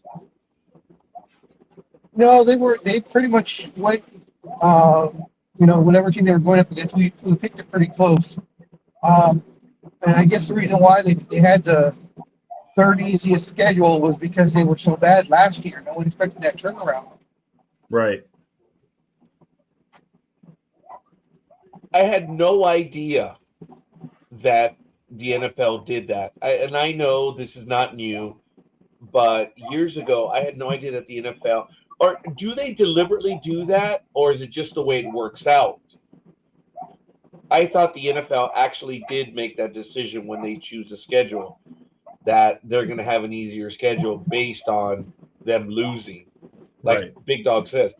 I was surprised that they actually do that. And yeah. Like for 20, 30 years, there was a couple in Major League Baseball that did the schedule. So it's crazy. It's kind of neat. Now I think you just go to ChatGPT, and I think ChatGPT will give you the schedule now, which is sad. I will have to tell you that the last two images that I have posted, I spoke to ChatGPT and I said I would like this in the image, and I wanted to express this, and I was surprised by the imagery it gave me. But the last two images that I have posted on my Facebook page are created by AI. And I was really surprised on how it created the imagery. I'm like, okay, all right. No, just for what it's worth, folks. On my personal page, the last two images I've posted over the last few days, it was a request by the AI to make up the image. Oh, I know, huh? Sometimes, the NFL does try to make it equal. You get a last place schedule, a first place schedule. But yes. And I don't like defending the Giants because I hate the Giants. But the New York Giants had the second most difficult schedule this year. And they were horrible even the year before. I think they only had 4 wins the year before. So then that tells me that statistic is just evaluating the schedule. That the NFL did. The Giants were horrible last year. Why would Yes. they get a difficult schedule? I think Well- that's just where the chips fall as they may then. Well, they do fall as they may because they have to play certain divisions. So, the NFC East had to play Right. I'm trying to think what divisions they play, but they're locked into certain divisions. So the Giants would get the worst teams in those divisions, but they were maybe still pretty darn good. Like you look at the NFC West this year, the bottom of the division's the Cardinals, so they're not, they're still a decent team. And then after that, who would be the next worst team? The Niners. So, well, then if that's the case, that's all rotational. It just is what it is, and Yeah. I'm all right with that. And Yeah, it's that's rotational. why, folks, you realize that there is a balance. I've talked about this. There's a balance in the NFL right now with 32 teams. It's really cool. Mhm. And if you go to 34, that balance isn't going to be there anymore. And it's just a shame, in my humble opinion, because obviously it throws the count off. I understand that every 2 or 3 years, you will face every team at least once. That is cool, man. It works. Yeah. And if you had them at home last time, you'll be on the road next time. So in 6 years, you've seen them twice. Obviously, because they're outside of your conference. Right. But with 34 teams, it's going to change the entire makeup of the NFL. But Are they definitely doing 34? no. Okay. No. Sorry. You're scaring me there for a minute. Like, wait. I know. Well, the uproar in the internet is talking about the eventual, 34. Oh, okay. It's the next best thing. Look, guys, what is the price to get into the NFL? $2 billion. That crazy? That's going to be the price to get a new team. And who benefits? Let's see. $2 billion. I don't even know if I know how to actually put that on my calculator. There we go. Here we go. $2 billion divided by 32. That is a cool $62.5 million per owner. Isn't that crazy? Yeah. That's the expected price right now, folks. So we'll see. We do have another like right now. Good morning, Gridiron Girl. Maybe she'll come in and join us. I don't know if you guys want to go ahead and is there a pick?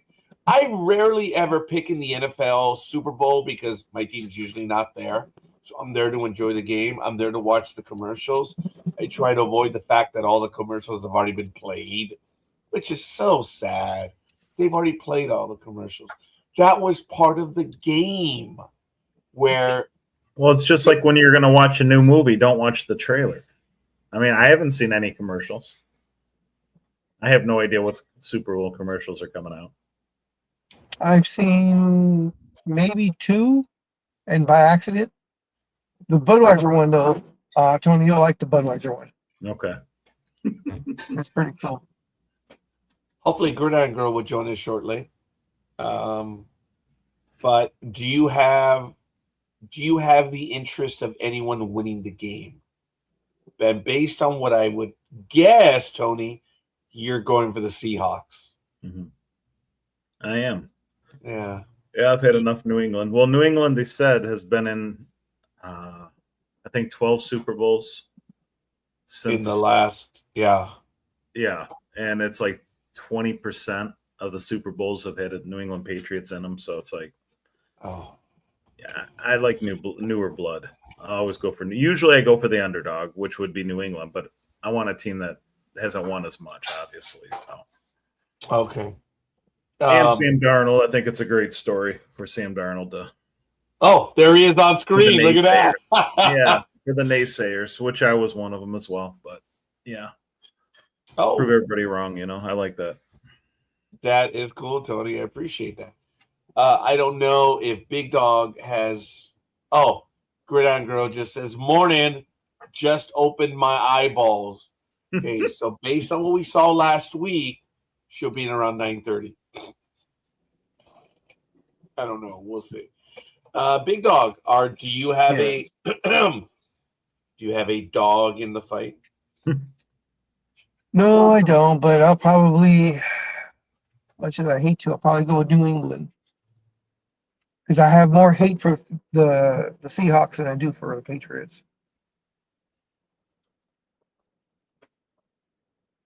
I would love it to be 0-0 and no one wins.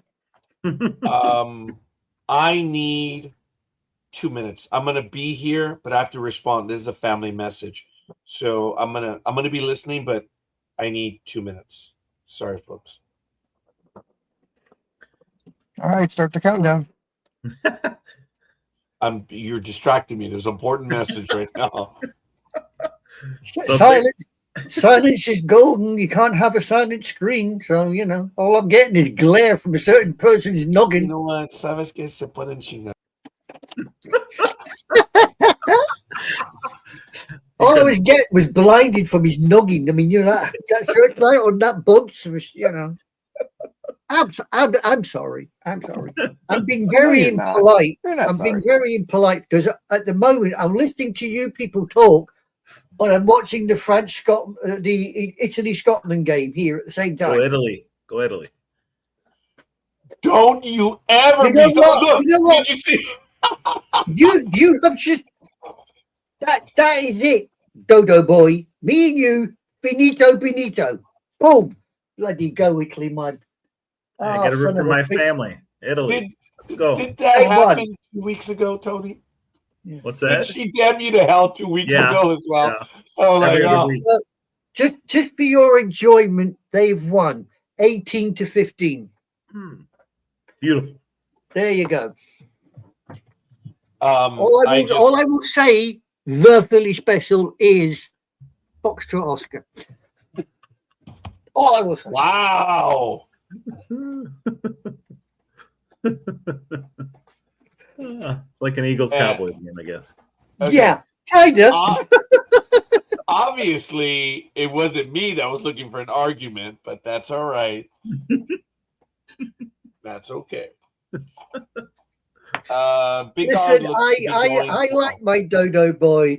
He's one of the few people you can have a go at, and he knows when you're serious and he knows when you are merely taking the proverbial.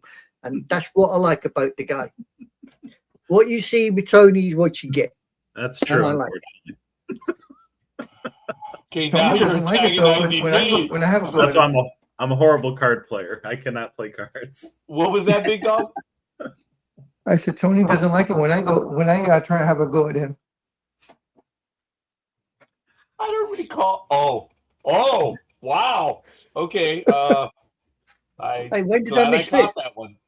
Yeah, what did I miss? Show standing up.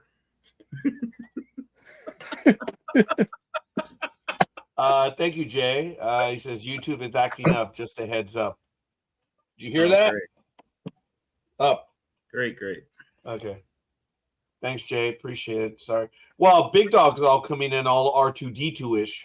So we'll see. Am I? You were a moment ago. Not anymore. So what's the hate with Seattle? Because you guys are on the West Coast, and it's just kind of like a West Coast team, or Raiders, Seattle, man. There is no love there. Really? Yeah. Oh, how were they rivals? They were until they redid the. Oh, you're not that young. Stop it. And you remember prior to the realignment that they had. Well, I was rooting for Bo when he trucked Bosworth, so that was funny. That was awesome. Bo's my favorite athlete of all time. So, you know what? Darn you, scorekeeper! I just thought of something. I wonder what the buzzing sound was. My favorite two athletes of all time are Bo Jackson and Mickey Mantle. Damn you! I just thought of that. I hate the Yankees, but Mickey Mantle's my favorite. I got no hate for the Raiders at all, but that's your team and Bo's my guy. So it's like, damn. Oh, funny you would say Bo Jackson. I love Bo. Did Bo play for Kansas City? The He played for Royals? Kansas City, yes. Mhm. Yeah, okay. Another Yeah. team I don't like. Yeah. Yeah. But And the White Sox, another team I really don't like. yeah. He was interviewed recently. I think it was on that same Foul Territory that I had.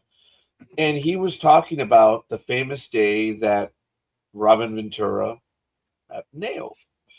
And we love playing it here on Sports Talk with the Guys on the day it happened. One of the greatest just moments in baseball.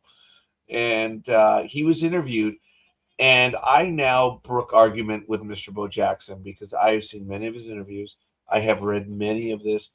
And there were people that were commenting, Bo Jackson will never let the truth get in the way of a good story. I'm like, okay, that's fine. But he said some things that I posted in there and said, hey, he's talked about this before, and this is the first time he mentions it. So he said, before the game, we had a team meeting, and he had suggested that if the pitchers come after us, that we should use our helmets to spear the pitchers. I'm like, and then, of course, Robin Ventura did the exact opposite, where he took off his helmet and went after him. At which point I posted, I said, Bo, to my recollection, I've heard you talk about this 4 times in the past, and you never said anything about the helmets. And further, the White Sox that entire year never speared anyone with their helmets, their batting helmet. So for you to say that you had a team meeting before that, Nolan Ryan was set to pitch, and everyone knew that. So were you telling us that you knew Ryan was going to throw at you, but you had told everyone that they should spear Nolan Ryan? Or is it just because it sounds funnier because Robin Ventura took off his helmet? And I stated in my post, I call BS. This has never, ever been mentioned anywhere. But like I said, other people in the post said, Bo's never let the facts get in the way of a good story.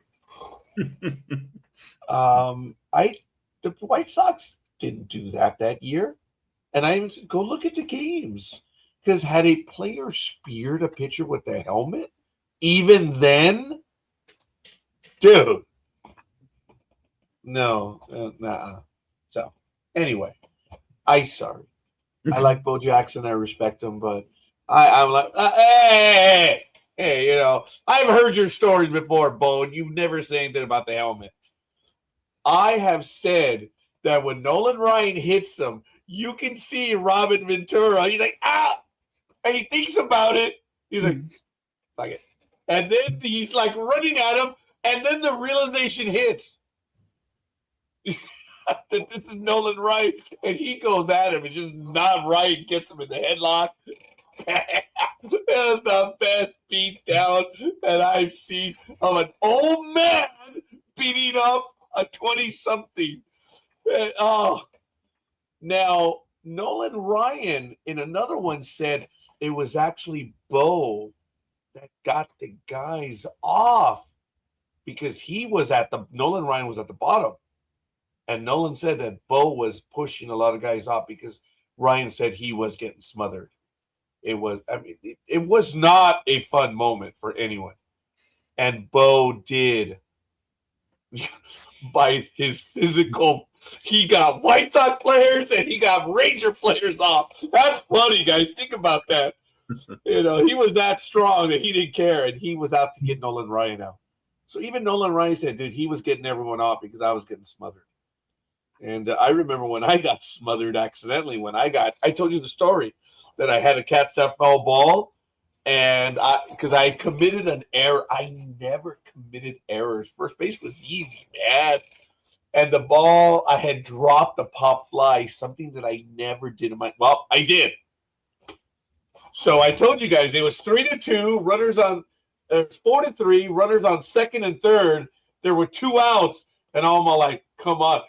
The batter pop fly, it was like, oh, the ball could have been in left field, and I'm like, I got it.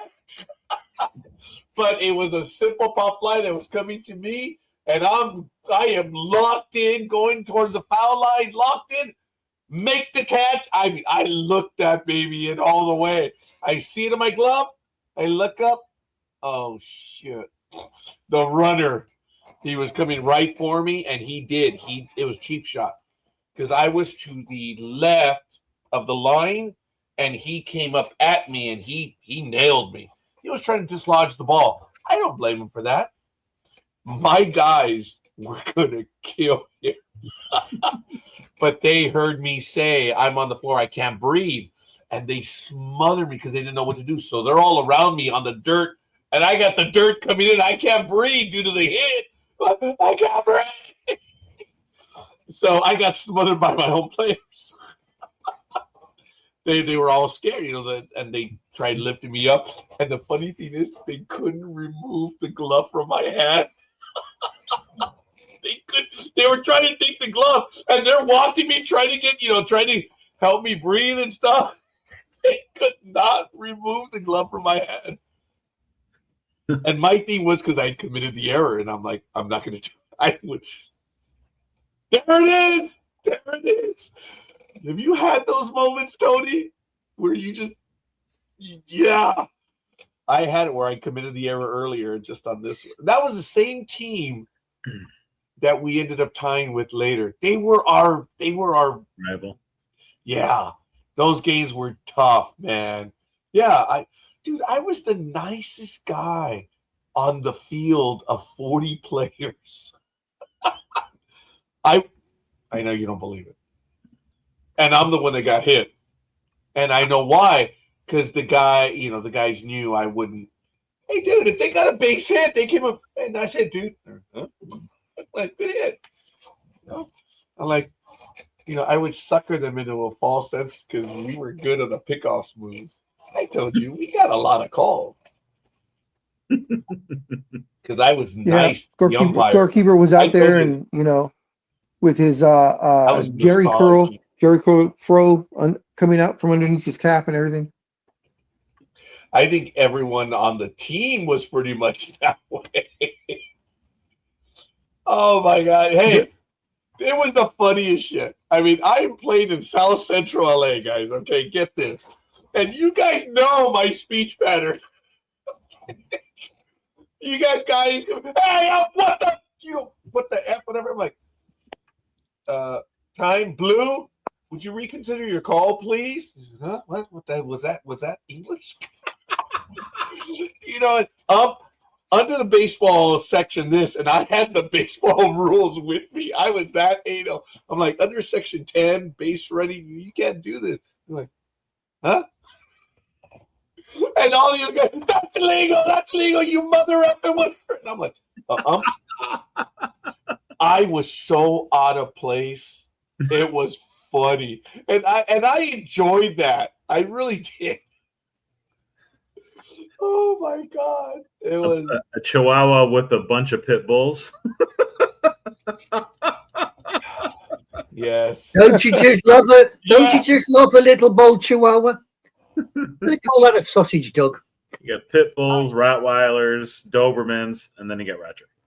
I told you guys that when I snapped and I called the umpire everything, I think he didn't know what I was telling him. Because when I went off, I told you, I questioned his lineage. I questioned everything. And I went after him, and I'm just like, Neil's just like looking at me.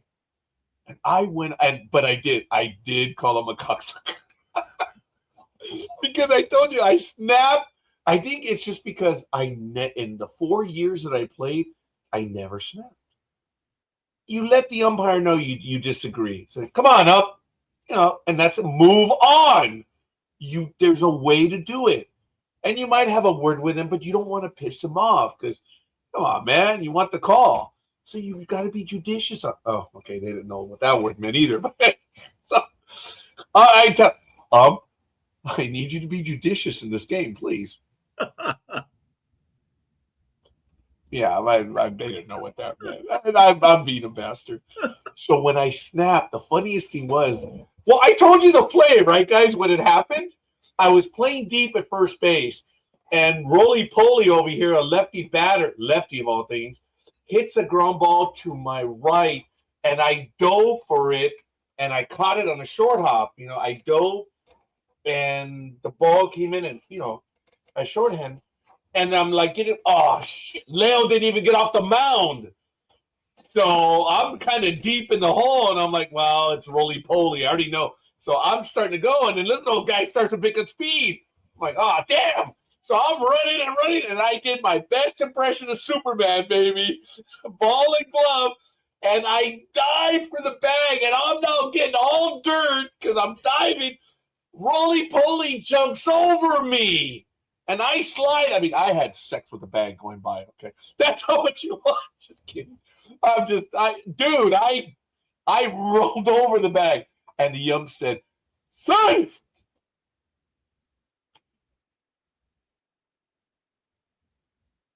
I lost my shit. Oh my God. I went right up to the ump, and I, for about 2 minutes, berated him. He just looked at me. And I felt it's because I had never blown out. And the umps in the league, there's only so many. He was actually an all right ump. He was all right. And he never said a word. So I go back. I'm at first, and I'm about to take the play, and Roly-Poly says, well, it was safe. Dude, you're still not on the bag. It's like, whatever.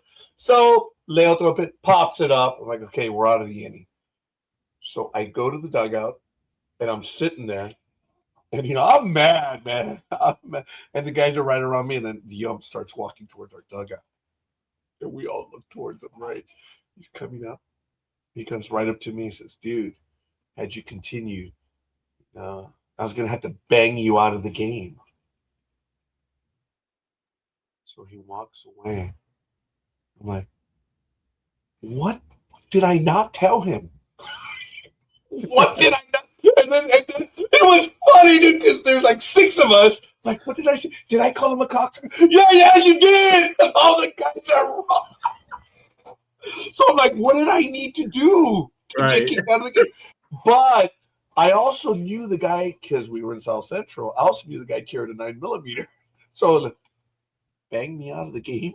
What did you mean? Well, that was the phrase, you get banged out of the game. Huh? I've never heard but that. I knew I know, whatever. I would refer to it as an ejection, but they refer to it as being banged out. Guys, it was the funniest. I would have loved to have that recording. Because I told, dude, I got an extra pair. I did all of that. I questioned him. I to his face, I used the word jackal, son of a jackal. I questioned the lineage. And he just remained silent. He may have realized, okay, based on the way this guy flipped out, I might have gotten this one wrong. And he came over to restore order. Dude, had you continued, I was going to bang you out of the game. What more did I need to tell you? That was funny. So when Kevin Costner says that the C word is an automatic, yeah, it is. But I got away with calling the umpire a cocksucker. Oh, that was not one of my finer moments. I just say I got away with it. It was fun. Did you ever go see me play any of the games, Big Dog? No, you never invited me. Oh. Ooh. Okay. Yeah. Well, that ended that. Well, that was one of. Yeah.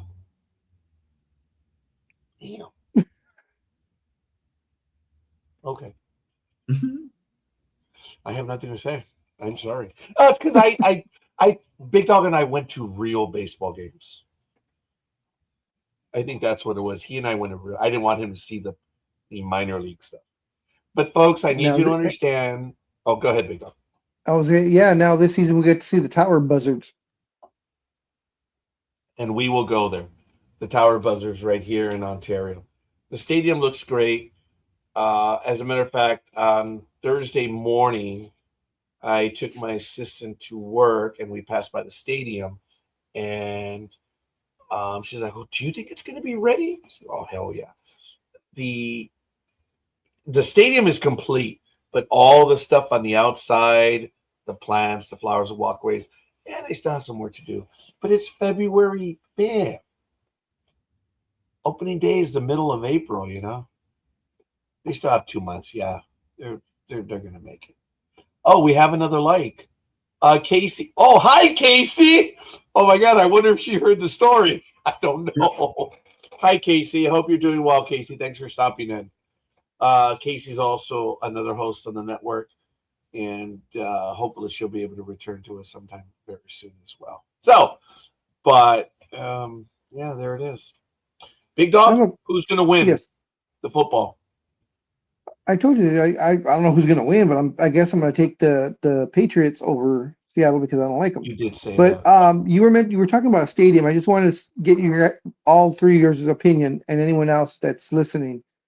So this past weekend was the Royal Rumble wrestling. It was in Saudi Arabia, in Riyadh, Saudi Arabia. 1 month ago, the stadium didn't exist. They built an entire stadium that would hold about 45,000, I believe, in a month. What?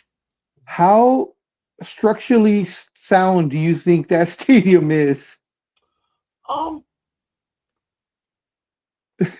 I couldn't believe it. They had a time lapse thing, and yeah, a month ago, all it was just a piece of dirt. Okay. If you do that in the United States, it's not the permitted. None of that. It's because of the hourly wages. You keep them working 24 hours. In Saudi Arabia, they did. They worked them 24 hours. And the reality is there's no prevailing wage. There was not one Saudi Arabian that actually put brick to mortar. Not one. They were all those that came from other countries. So unfortunately, they work them to death, and they don't pay them very much. They feed them food, housing, whatever. It's not meant to be political in any way whatsoever, but the reality is it is cheap labor. But they do work 24 hours. And guys, the Chinese built a building. Anime Girl, do you remember this? That they put up a 25-story building in like 3 days. Yeah, I remember remember that? Something like that, yeah. So it really depends, guys.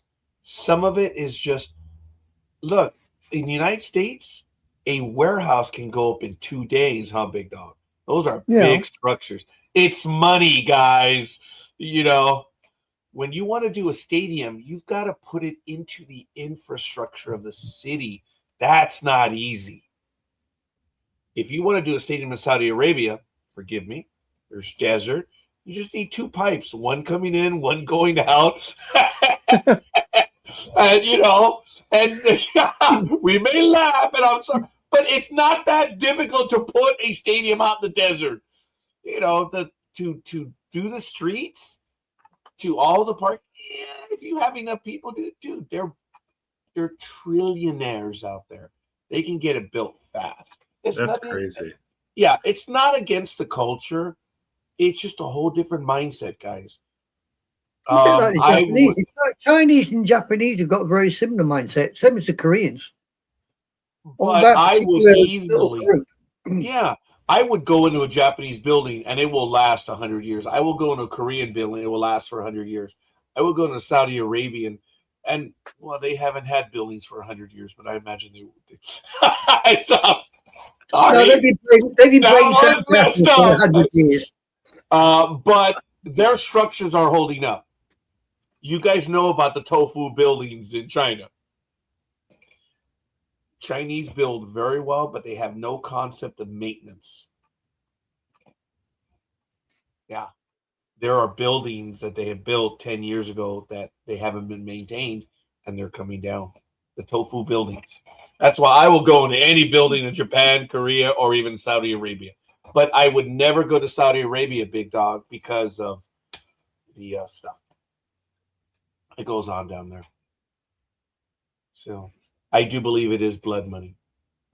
Oh yeah, I mean, I've always said that where when WWE has to go to Saudi Arabia, they're two times a year is to collect on their blood money. You know, they signed I think it was a 5-year or 10-year deal, and it was worth like, I don't know, some outrageous amount, like $100 million. Yeah, and folks, please don't get me wrong. Most people in Saudi Arabia are not in that phrase that I just used. I'm not talking about the people in Saudi Arabia, the denizens and all that. No. I'm talking about the very high echelon. That's all. So it's very targeted, what I would say. But I kind of wanted to visit Saudi. It was on my to-do list, but I removed it. Just like I've actually removed China off my to-do list. Not a political thing. It's just I have other stuff I have to do and want to do. Everyone goes to that big wall. Yeah, it's nice. Suppose I can see if Well, if you go to Japan now, you better be prepared to have a whole load more restrictions placed upon you, because they've started now to stop foreigners going into certain locations.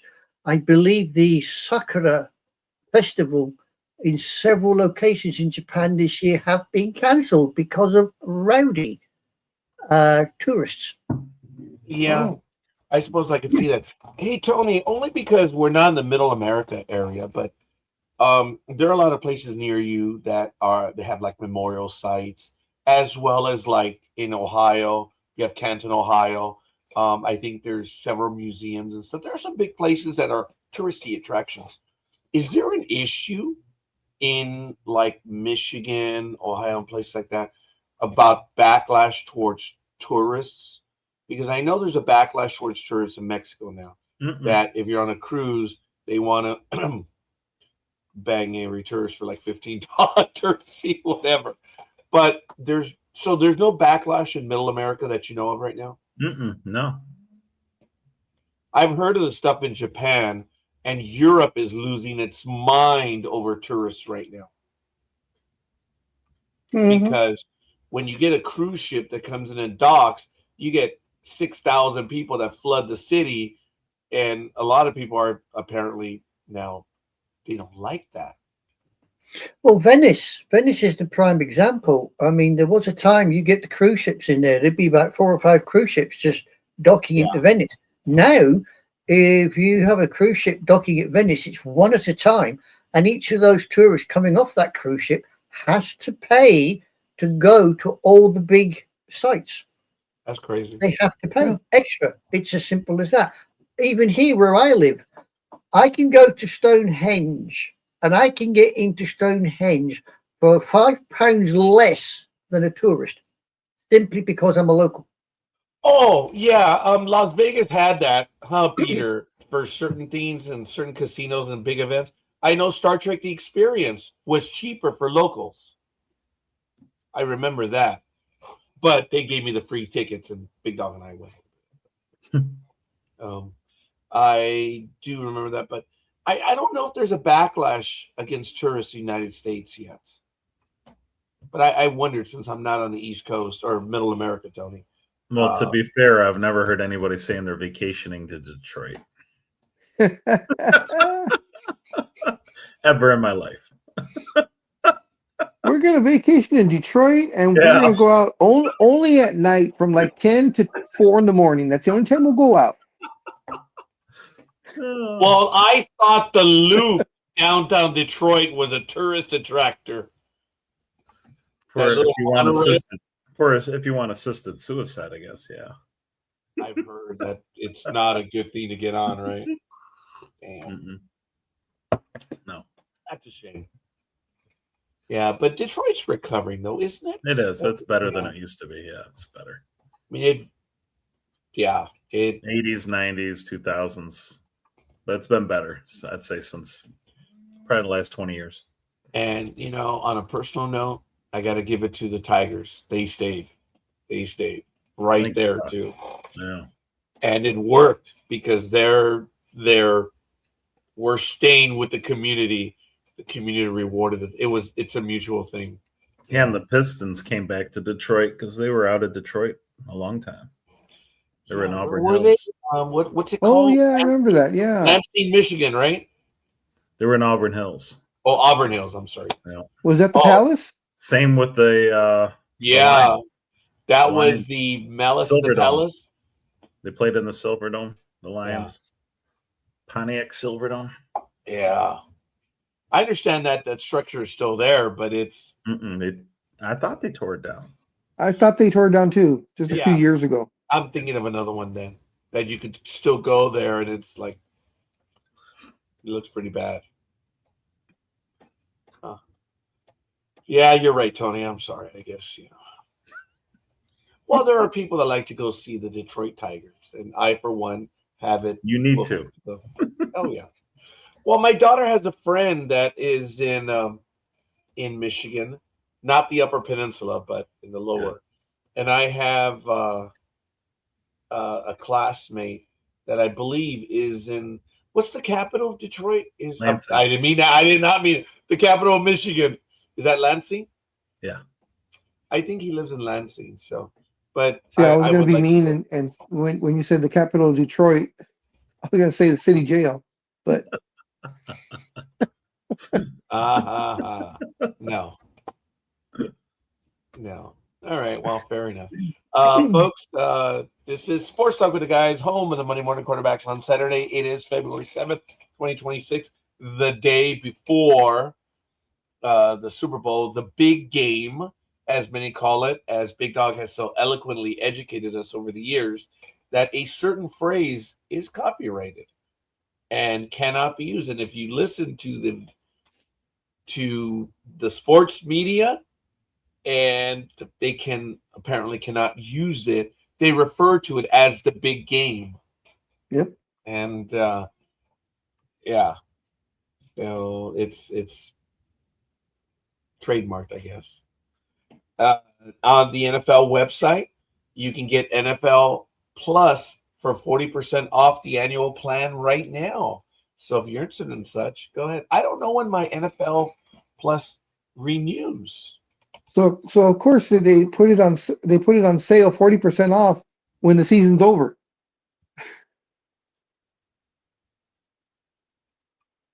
Let me see. I'm signing in right now. Sign in with passkey. Did I actually do that? Oh, it's not available for this site. Sign in with passcode. Okay, here we go. I want to see when my NFL Plus renews. I told you guys I experimented with it. I was okay with it.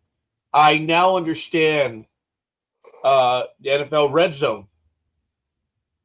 Big Dog watches NFL Red Zone, or he used to. I have to find out what's going to happen because the NFL channel or whatever bought the Red Zone, if I'm not mistaken, just recently. ESPN, did they? Oh, was it ESPN? Okay, ESPN then. I know someone bought it. I just assumed it was NFL.com. Or was it YouTube? No, I don't think it was YouTube. Yeah. ESPN also bought into Major League Baseball, so I don't know what's going to happen there too. That was actually a smart move of ESPN buying ownership in those leagues to capture the audience. It's very good. Okay, ESPN bought out NFL Network and the rights to distribute the NFL Red Zone. Oh, okay. So Go. it's possibly going to be available on its own, and or you have to get ESPN to get NFL Red Zone now. Oh, it says while ESPN gained distribution rights, the NFL continues to own and operate the Red Zone channel. So Okay. that was as of February 1st, so we're not too far behind, actually. Let me see what my thing says about managing subscriptions. When does mine renew? What? I'm sorry? Your thing talks? Wow. You should be a circus attraction.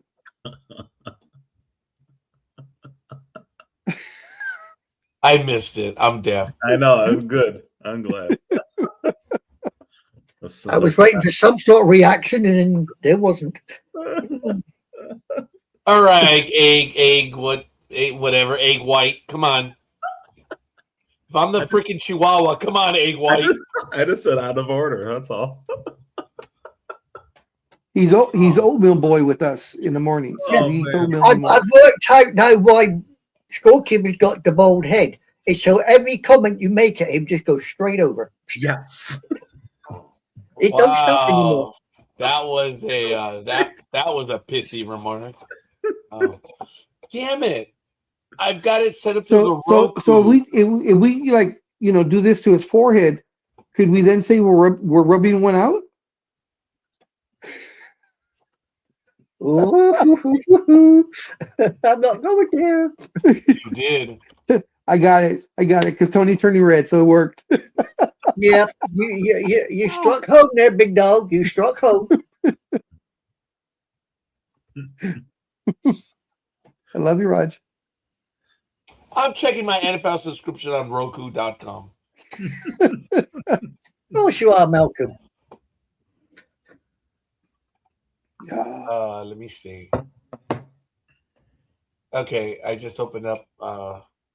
I wonder what outrageous bets are going to be put down for the Super Bowl.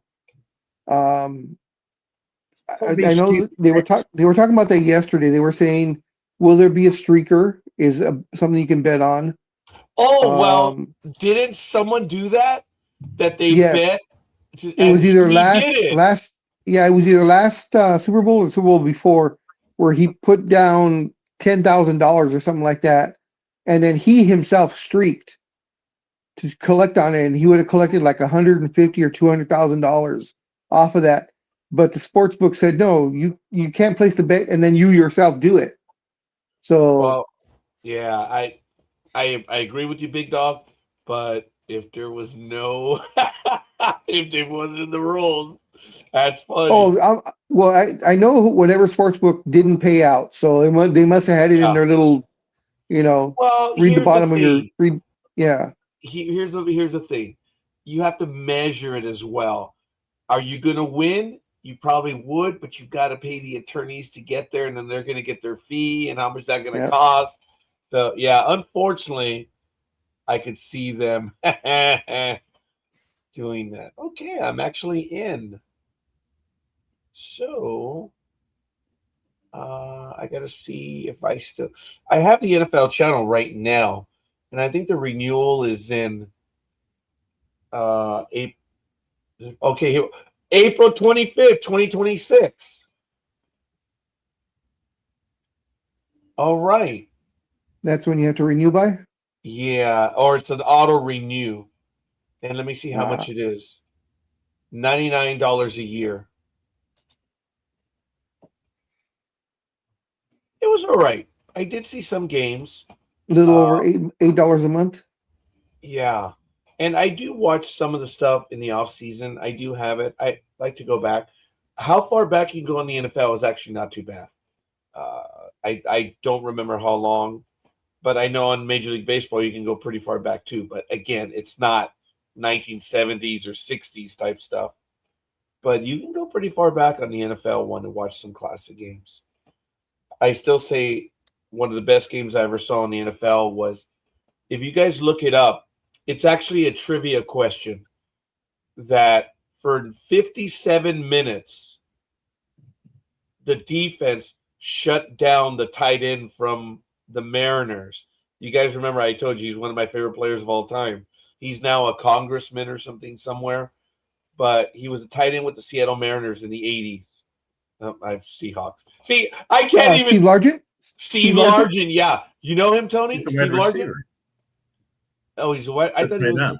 Okay, I thought he was a tight end, but okay. Steve Largent, yes. Dude, that guy wasn't the quickest, wasn't the fastest, but you could get the ball anywhere near him, and he was solid. Well, the trivia question that the NFL has asked is, you've shut down Steve Largent for 57 minutes, and you got a completion to him. What is the next play? Do you do a run on the outside, or do you go back to Steve Largent? Well, that's exactly what they did. They went back to Steve Largent because he had a record of consecutive passes. And the opponents were like, you're not going to do that shit on our watch. And they played him tough the entire game. And I remember watching that. They did. They played him tough. But He finally got one. So the NFL will ask the trivia question, what do? Do you run off on the left side or do you go to Largent again? And if you saw the game, he caught like a 7 or 8 yard one, and then they went deep. And I think it was a touchdown, Steve Largent. And I saw that dude. He was my favorite player for the longest time. Yeah, Steve Largent's 5'11", 187 pounds when he played football. So I knew he had to be too small to be a tight end. I was like, wait a minute. Okay. All right. Fair enough. So I didn't know he was a wide receiver, but he was good, dude. He was really good. Oh, yeah. I don't ever recall seeing him drop a pass. Yeah. I don't either. Yeah, he was money. Yes. That's why I joke. Get the ball near him, and he's going to come down with. He wasn't the fastest, wasn't the biggest, but I appreciate that, Tony. He was money. Yep. You know who also was another one of my favorite players? It was Sebastian Janikowski. Oh, yeah. Oh, man, that guy from deep. He would do it. And he was brawling all night the day before and all morning. You knew he was hungover, and he still hit those field goals. Yep. I think you needed a hungover Sebastian Janikowski to bear down.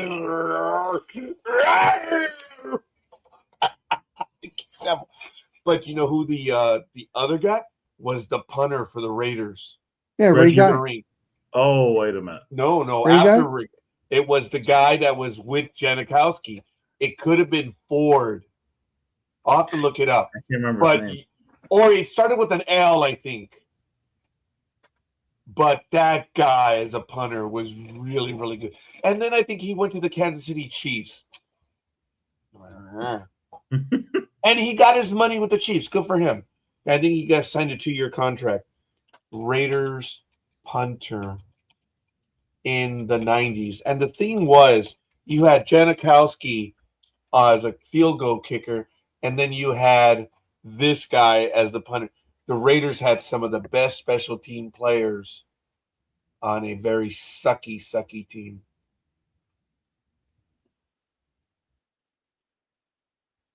It wasn't So Jeff if Gossett. you're talking about the 90s, the Raiders were actually decent then. I know Ray Guy comes into. Oh, Shane Leckler. Ah. Right? Okay.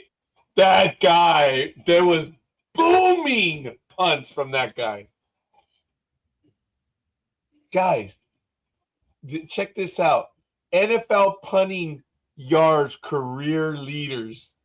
And Jeff Fagels, 71,211.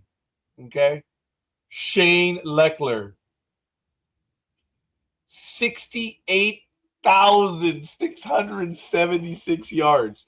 Wow. Now, Andy Lee was behind him by 271 yards. That's all they're separated by. And then it's a big drop off. Sean Landa. I apologize. Landetta. Yeah, sorry. And I knew that. 60,000. And then you have Brad Maynard at 56. It just, dude, there's 3 guys at 60,000 and above. And there's Jeff Fagels at 71. Shane Leckler, I went to go see a game just to see Shane Leckler. That guy was good. Yeah. Wow.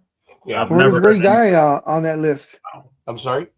Where's Ray Guy on the list? Oh, he's not very high up there. Ray Guy.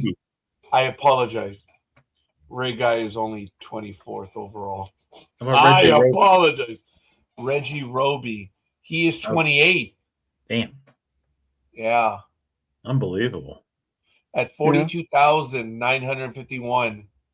And then you have Jeff Gossett. Wow, okay. 40,569. But no, for me, it was Leckler. That guy, from the moment he arrived, it was obvious. He was damn good. And Chris Gardocki had 50,000. That's crazy. And Matt Turk, 48,000. It's really cool seeing some of these names, man. You remember them. Reggie Roby was 40. He's 28. Ray Guy is 44,493. He is 24th. Yeah. Those are just some unreal numbers, guys. I don't know if the punters are going to do it today based on the way the NFL is, but these kickers, these field goal kickers, I think all the records that we see now, yeah, you're nodding, Tony.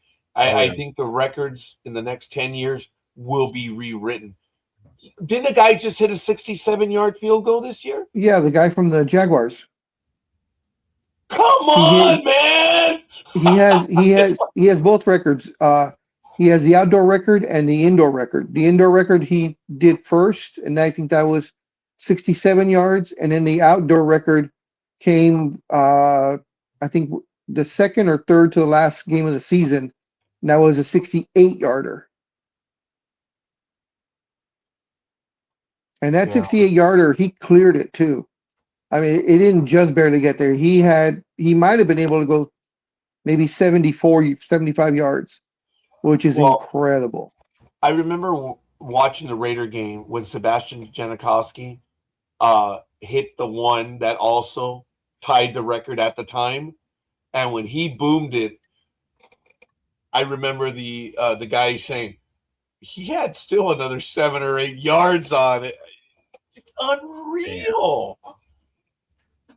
I love it when those kickers just unload.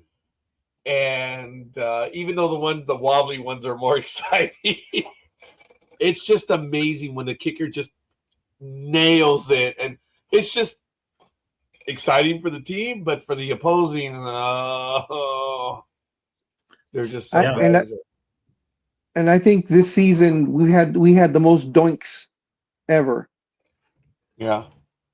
Because, and most of them, of course, went out. There were a few that doinked in, but for the most part, there was a good at least 20, 25 that I saw.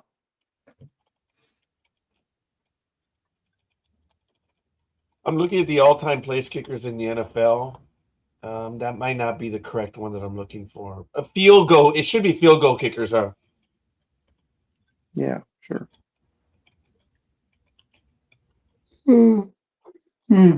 Sorry about that. I wonder where Janikowski is. I mean, the Cowboys hate to give them credit too, but they got a great kicker too, in Brandon Aubrey. His longest is 65, but he could definitely boot over 70. There's no doubt about it. Folks, I believe you just got to get to midfield with some of these kickers. Just get to the 50. Yeah. You got a shot. That is unreal. It's crazy. That's going to alter the game as well. It gives the offensive team an incredible dimension. It makes the games tighter from the get-go. You can't give them 10 yards early on like they would. It's like, okay. And now you can't score too quickly at the end of the second quarter because that team's got a kicker. It's like, shoot, we got to run a little bit more clock.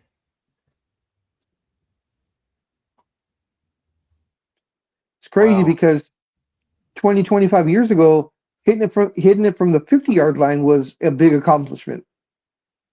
Now, if a kicker can't kick it from the 50, they're a poor kicker. Right. Yes.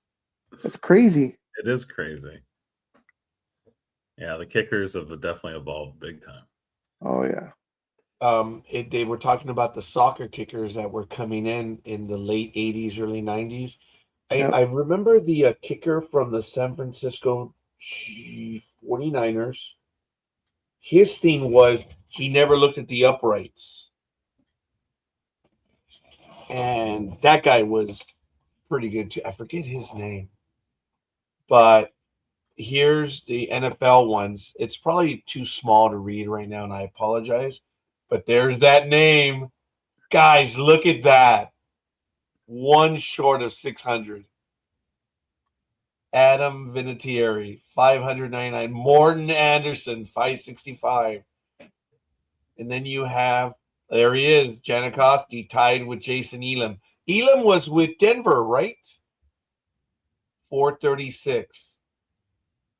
And then it's just it starts to drop off. There are only 15 guys in the NFL with 400 field goals or more. Wow. I remember Greg Zerline. Didn't he start with the LA Express? I think he did. Yeah, I might be wrong. Matt Barr, 300. So in the NFL, there are 38 players with 38 field goals and above. And it just continues to drop off. You'd be a great ventriloquist, Roger. Why is that? I don't think you got Oh, very good, Tony. Ladies and gentlemen, for those of you, well, actually, I believe all of you got it except for me. Very good, yes. You hear that? You hear the little rat dogs? No, sounds like the Chihuahua's not arguing with the other Chihuahua. Actually, there's someone in the alley right now. I do hear them. Oh, Because they were pretty quiet. That was funny, Tony. Well, you got to give him it. He was quick. He was quick. Oh, that one was, dude. That one was. Well, I mean, damn. Unfortunately, on that note, I have to get going. I got to get ready for a seminar that I'm going to. So I may get back on with you guys once I jump on the freeway. So I will hopefully see you guys in a few. All right, big dog. Anime Later, Girl, who guys. are you going for? I don't think it's going to be cut and dry the way everybody thinks it's going to be. So I'll probably end up going for the Patriots. And I don't think it's going to be a high-scoring game for some strange reason. I have this thing in the back of my mind that this could be either very boring or very tight game. But I don't think it's going to be high-scoring for some reason. I agree. If what's-his-face was there, that would be an automatic lock for me to go for the Patriots. But he's retired now, and he's part owner of the Raiders. And, oh, God, when it comes to – dude, they've got to fix that. They have to fix that. You can't be an owner and the broadcaster. You just – but – Yeah, I think somehow this Super Bowl could end up the way most of the games this season have ended up, probably being won by one damn point. Somebody misses a field goal, doesn't, make the 2-point conversion, or just cracks an interception in the wrong location. And that could throw the whole damn game. look at what happened with the Rams and the Mariners, right? Yeah. What a game. I went back to see that one. Like, I wish I would have seen this one live. Oh, yeah, it was great. There was some good playoff football that I missed this year for obvious reasons. And I just, it happened. And I regret missing. But I went back to see that game. I was cheering for the Rams. And I would have been then and now. And it's, that was a bummer. What a game. Oof. Yeah. I think somehow this will probably end up the same way. People will remember this because it'll either be, as I said, super exciting and tight or dead boring, and it'll probably come down to the one damn point. It has happened. I think if there's not many turnovers, it's going to be boring. I think if there's going to be more scoring, it's going to be with turnovers. But if there's, say, no turnovers, I could see 20-14 game or something like that where it's just... I mean, which side of the two teams do you reckon is a better interceptions, Philly? Seattle for sure. You reckon, huh? Oh, yeah. No. Yeah, reckon that? I do. Well, they had, like 10 more interceptions, I think, this year or something like that when you brought that up earlier. Oh, yeah. The stats. I think I'm going to be with you on this one, Anime Girl. Not that I have a dog in the fight, but yeah, it's right there, guys. Interceptions. 18, okay, 8 more. Yep. It's the same thing, Tony. Oh, wait a minute. Anime Girl, you're going for the Patriots then, right? She is. Yeah. Actually, Tony, I think I'm with you on this one. I'm going to go with the Mariners as well. Big Dog's going with the Patriots. It's become a joke, folks, that I messed it up the first time when I talked about the Seahawks, but over the years, it's actually a mistake when I say the Seahawks now because I always call them the Mariners. And the Mariners, I was calling the Seahawks deliberately. That one, they've remained the Mariners. But now in football, it's funny the Seahawks are the Mariners. They just do that on purpose. If you think about it, really, this program, I don't think there isn't one damn football team that gets its actual name used. There is a damn nickname for every team.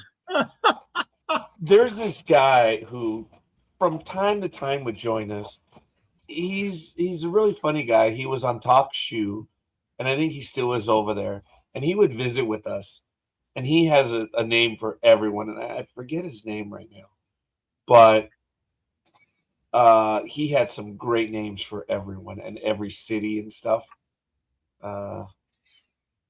Wish I would remember his name right now, but I'm getting old. I think the dementia is already starting to hit. I shouldn't say that, but I had a moment yesterday here, or no, the day before, that I was trying to explain something. And So you already forgot. yeah. Oh, not yesterday, the day before. That was good. That was good. Yeah, it's called getting old. It's called getting old, goalkeeper. I'm with you, Roger. I've been forgetting stuff so bad, especially this week even. I'm like, what is wrong with me? You know when you're in the shit, when you walk into a room and you stop dead and you think, what did I come in here for? All the time. Oh, And then okay. But then again, you ask yourself, what's the point? You've already forgotten. I go back to the original room and it pops in my head. Then I go back. Okay. Here's the funny thing. Someone told a great story. You know what really happened, right? You walked into the room and there was an alien there. Something happened, and the guys from Men in Black came in and they wiped your memory. Yeah. But they couldn't wipe the fact that you were, why did I come in here? They couldn't wipe because they didn't know what it was. So I joked, like, oh shit, there's this one place in my house. There's a lot of alien activity right there. But I love that story. When you walk in, something was going on and they wiped your memory. I love that one. That one fits. I'm like, Men in Black live here. Yeah, but I mean, you think about it. You walk into somewhere like Tony says. You walk in, you don't know what you're there for. You can't remember. You walk back in, you sit down, and you think, I'll remember it. Oh yeah. So you get back up to get it, and by the time you get back to the second location, guess what? Gone again, and you think, forget it. Guys, I went to Smart and Final for the wooden stirrups. $150 later, I parked the car, and as I'm about to turn it, shit. I'm like, I didn't get the wooden stirrups. I got everything. Let's see. Can you see them? Oh, wait. Oh, there it is. Look, there's the creamers. See them?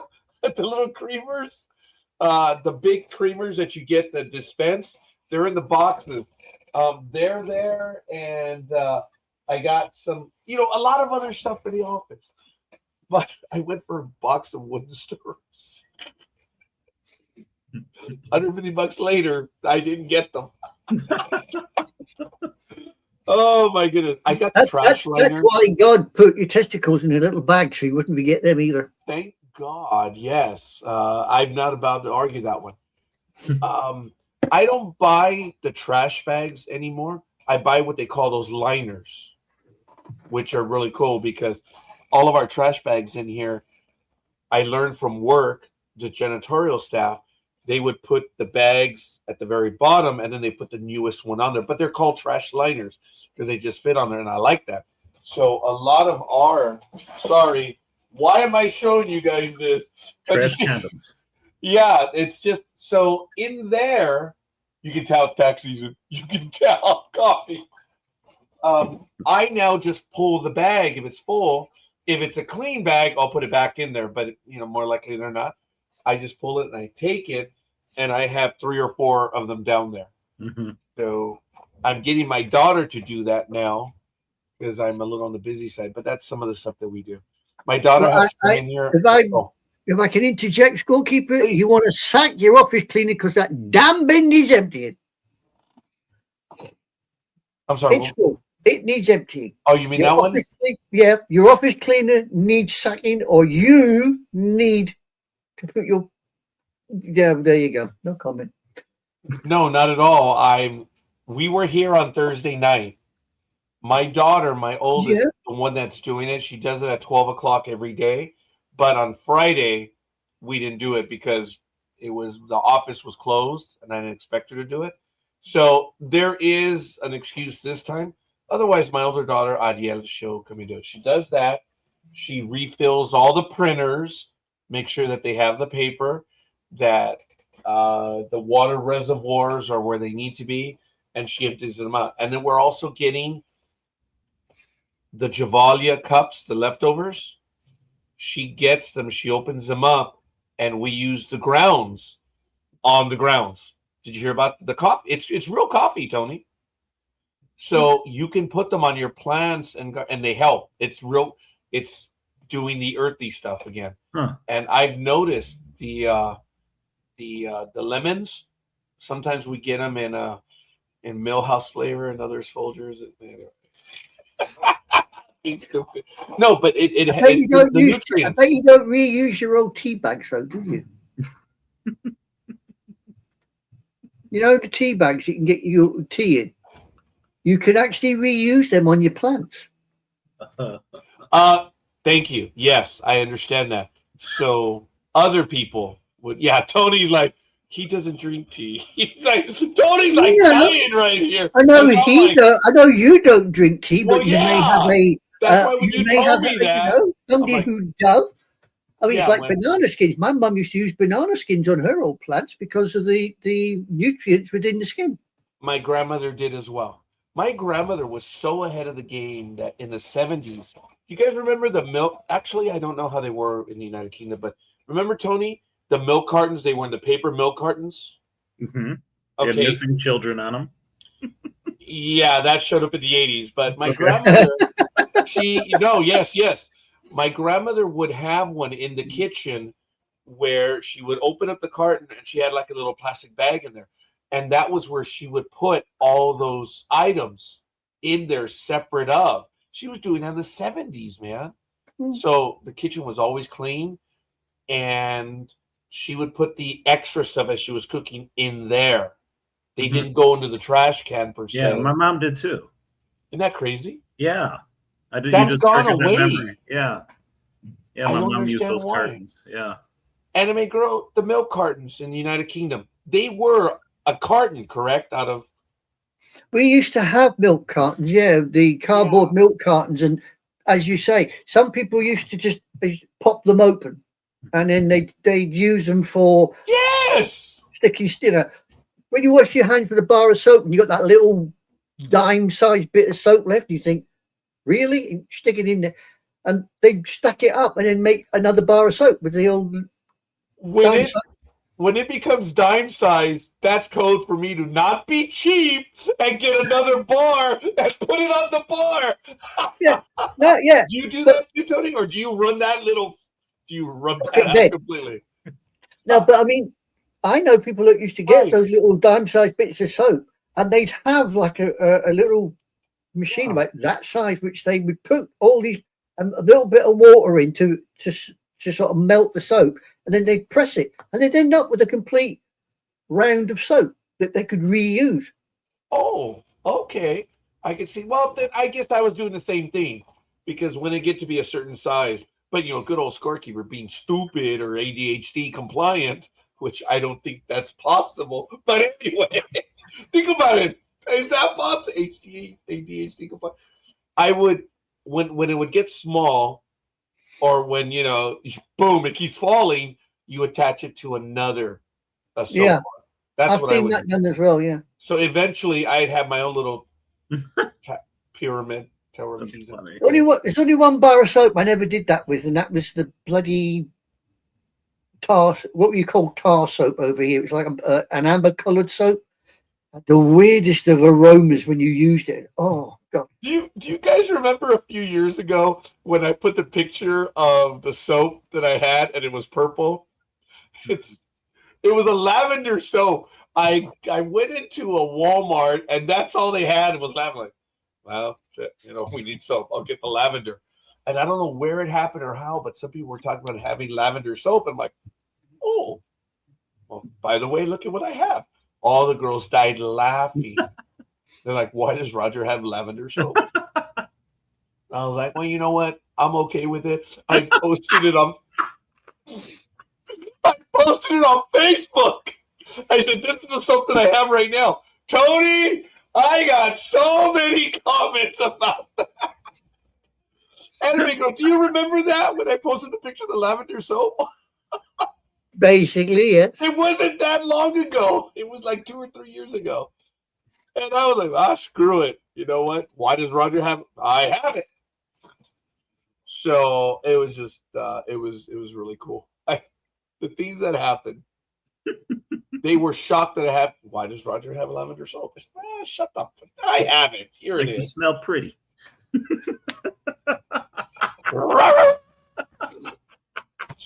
That made the Chihuahua go wild. Well, yeah. Well, yeah. Oh my God. Because we usually get the regular bar soap, and we get it from Costco. I do body wash. I don't do bars of soap. It's been 20 years, I think, since I used a bar of soap. Oh, is that what that shit is for? On the cruise ship? I got into a fight with someone because they said, no, it's shampoo and conditioner.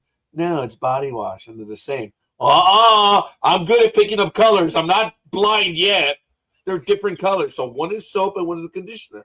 And they're like, no, it's body wash. Well, later on, I was in the room and I was like, body wash. So I should have my own shampoo. I never take shampoo. I mean, why am I going to do that? Right. Look, the cruise gives you just about everything. And it's so funny because the person I went was talking about, well, I have to take my blow dryer.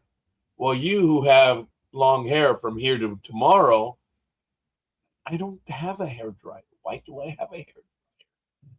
It's like, as I said, for me to have a hair dryer is like for me to have a comb. Same. And then I start too short. Okay, Tony, but this is how stupid This is how stupid scorekeeper is. I said, for me to have a comb is like Adolf Hitler having thank you cards. You never know. He might have had. He might have had, but if you better odds for him than Roger. Yeah.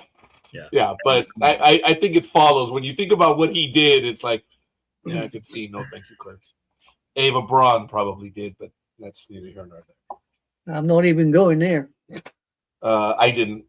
So the game's coming up. So Tony, you're done by the time the program ends, but then you got to take everything down, and then you got the hour drive home. Oh man, no. I have appointments till tomorrow. Let's see. I think I'm done at 3:00. This is the closest I've ever done that. But I have a great party waiting for me, so that'll be fun. Like I said, and it's catered. It's gonna be all Mexican food, so it's like heck yeah. Yeah, I went to Costco. The only problem I got is if I want to watch the game live, I have got to wait till 11:30 at night. Yeah, that sucks. Yeah, I have it at 3 p.m., give or take 3 p.m. I'm done at 3 p.m. Mate, it's for free on Channel 5, but I've got to wait till 11:30. I have 10 appointments today. Oh. Aren't you the lucky one? Yeah, I have 10 appointments starting at noon, and I go all the way till 10 o'clock tonight. But I have my Star Trek program 4:30 to 6:30, so I get a break in there, which is okay. And then tomorrow is the last day that I messed up. I didn't program my Sunday lunch. So I'm going to work all the way from 7 to 3. No breaks in between. It's okay. And this is a trip. You guys see this? These are all in up except for these two. That's a phone and that's a FaceTime. Otherwise, everyone's visiting tomorrow. And then today, everyone is visiting from noon till 7:30.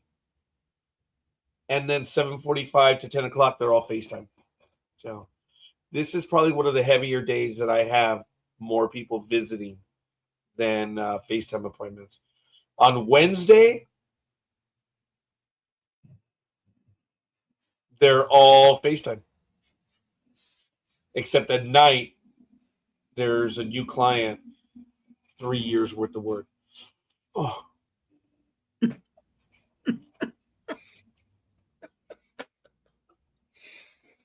I overdo it sometimes, huh? It is, dude. It is. She You're has getting excited over that client. Dude. Look, this is the way it works. I even told the client, the one that's going to take the longest is the first one because you got to do it all, you know? And then after that, you just put in the numbers for the next year and the next year. So yeah, that's and based on what I understand, that one might just be short of 900. So we'll leave it at that. Yeah, sorry. It's a rather complex one, but it's kind of easy for what I do. Yeah, so that one, I should not have said that. I apologize. I am excited about that one. That's all I'm going to say. The year's treating me well. So it's okay. And she's cute too. So anyway. Hey. Bonus. And she didn't want to FaceTime. She wanted to be here. Better yet. Okay. I got my client. What's that soap you use? Son of a bitch. Tony, I should have one on my desk. I should have one. That'd be a good conversation piece. This is what I have on my desk right here, but maybe I should, right next to it, I should have that one.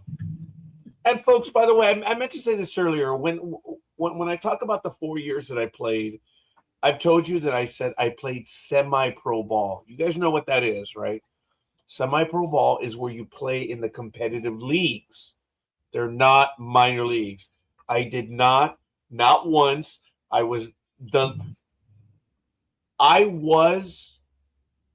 My teams in high school, 3 of the 4 years, there were numerous scouts that would come in and check. I was never on the target. No. They would look through me to see the other players. I was never scouted. One of my freshman year, 2 seniors were scouted. My sophomore year, 1 senior was scouted. My junior year, 1 senior. And then I think my last year, no one came. And the year after, one of my buddies, who I believe is watching this program, he was scouted as well. But coach messed up and told him that the scout was there. See,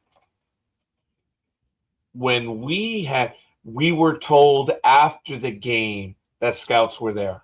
And we're all like, huh? Wow, really? Yeah. So I was there when the scouts were there, but they were not scouting me. No. Like I said, they would just look through me. I was never any good at sports to be scouted for anything. Oh, I was not scouted for anything either. I was never that good, guys. I could run, I could field, I could hit, but there were players that were better than me. On my own team, I said this, it would anger me that these kids that had God-given talent, the ability, and they were so lazy during practice. They wouldn't give it all. I felt it was my mission. I'm like, oh, all right, you want to be lazy? I'm going to give it my all. And I always, in practice, I was disliked. I ran those bases. I got to play. The greatest. Oh, my God, he is. Peter. Oh my God, he heard me. Hi, Peter. The Philadelphia Phillies scouted me, Raj, and I went 0 for 5 that day against Faith Baptist. Shake and bake. I know that. Peter's going to join us live. When he was humble to tell me this story, but he said Coach told him before the game that he was going to have a scout. I think that's the worst thing you can tell a high school player. And thank you, Peter. You were watching right now. Listen, the Phillies. That's awesome. Yeah. I know that the Orioles and another team scouted 2 seniors, Joe Casas and John Backrath, my senior year. And I know it was the Orioles, could have been another team. And that was it. Peter, thank you, brother. When I knew Peter started watching, that's when I said a few years ago, I'm like, oh shit, I gotta stop lying now of all my exploits. And Peter was so kind to say, dude, I've been listening to you for a while, dude. They've all been true. But very touchy subject, I'll never forget. My father came from work. He took a sick day and afterward told me that was the best baseball game he'd ever seen me play in my life. Wow. Yeah. Peter, thank you for sharing that. That is really cool. Peter already made his debut with us several months ago on a Monday night, and it was really, really cool. They were from Saugus, and they were friends of Mike Crowley. Yes. Our athletic director at the seminary who just passed away last year. Yeah. You guys might have met him. I did a FaceTime with him years ago, but yeah, this is my brotherhood right here. This is my family. I was humbled. Peter, he knows it. I was one of his biggest fans. And I can say the story because I was scorekeeping that game. When he belted his first home run, I was screaming and screaming. I was like, yeah, go, go, go. And Peter stopped, or he was running between first and second, and he yelled over to me and he says, that's for you, dude. I was like, I'm still riding that damn ball. Because he jacked it out, and we played in a nice big field. And we had a tiny fence that was about a 6-foot extender off the foul line just so you could measure, where it is. But he nailed it onto the other field. And his first home run, this guy dedicated to me. I was like, wow. I get emotional. Anyway, I didn't know that Peter was watching the program right now, but yes. Because LinkedIn was having problems. So that's why he's on YouTube right now. I'm hoping Peter will be able to join us. He was varsity. He played all 4 years high school. He's got. You think I have stories? Oh, he's already shared a lot of them with me. Yes, I do. The 34-inch black cobra, the bat. Yes, I remember that. I told you guys that I have one bat right now. It's not the Easton. Oh, I think I took it inside, but I have it with me right now. But Peter and his brother, I don't want to mention his name because he hasn't been on or hasn't given us permission, but his younger brother was a catcher on the team as well. I'm hoping to get him on, and I think they're younger. There's 3 of them. The 3 brothers all played baseball. I would love to hear him come and join us. So one of these days he's going to join us on a Saturday morning, maybe at the start of this year, because he's already been on. And he and I, dude, like for an hour, like right now, Tony. I'm sorry. So I'm going to be here on Sunday because we have the TV. We have a TV back there, but I'm not going to put that one on. But we have, I think it's like a 30, it might be a 40-inch TV. It's the one that's right up here. And my daughter and I usually are just back here. I'm going to go get some vittles and a little bit from the market.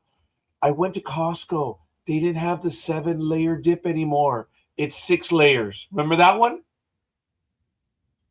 Oh, maybe you don't know, Tony. I don't do dips. Gross. You don't do dips. Half of the crap that you eat when you go to these tailgate parties and you don't do dips. Oh Jesus no, H. he eats healthy No at those condiments. tailgate parties. Nope. Yeah.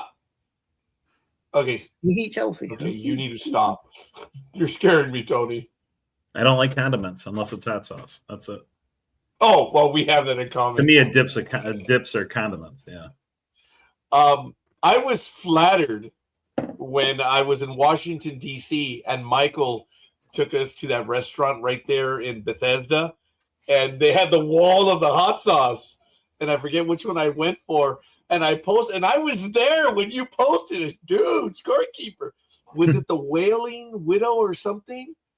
Oh, was it a Widowmaker? Or... Yeah, it was something like that. Yeah. And you commented, you're had like, it. scorekeeper. Yeah. That was hot.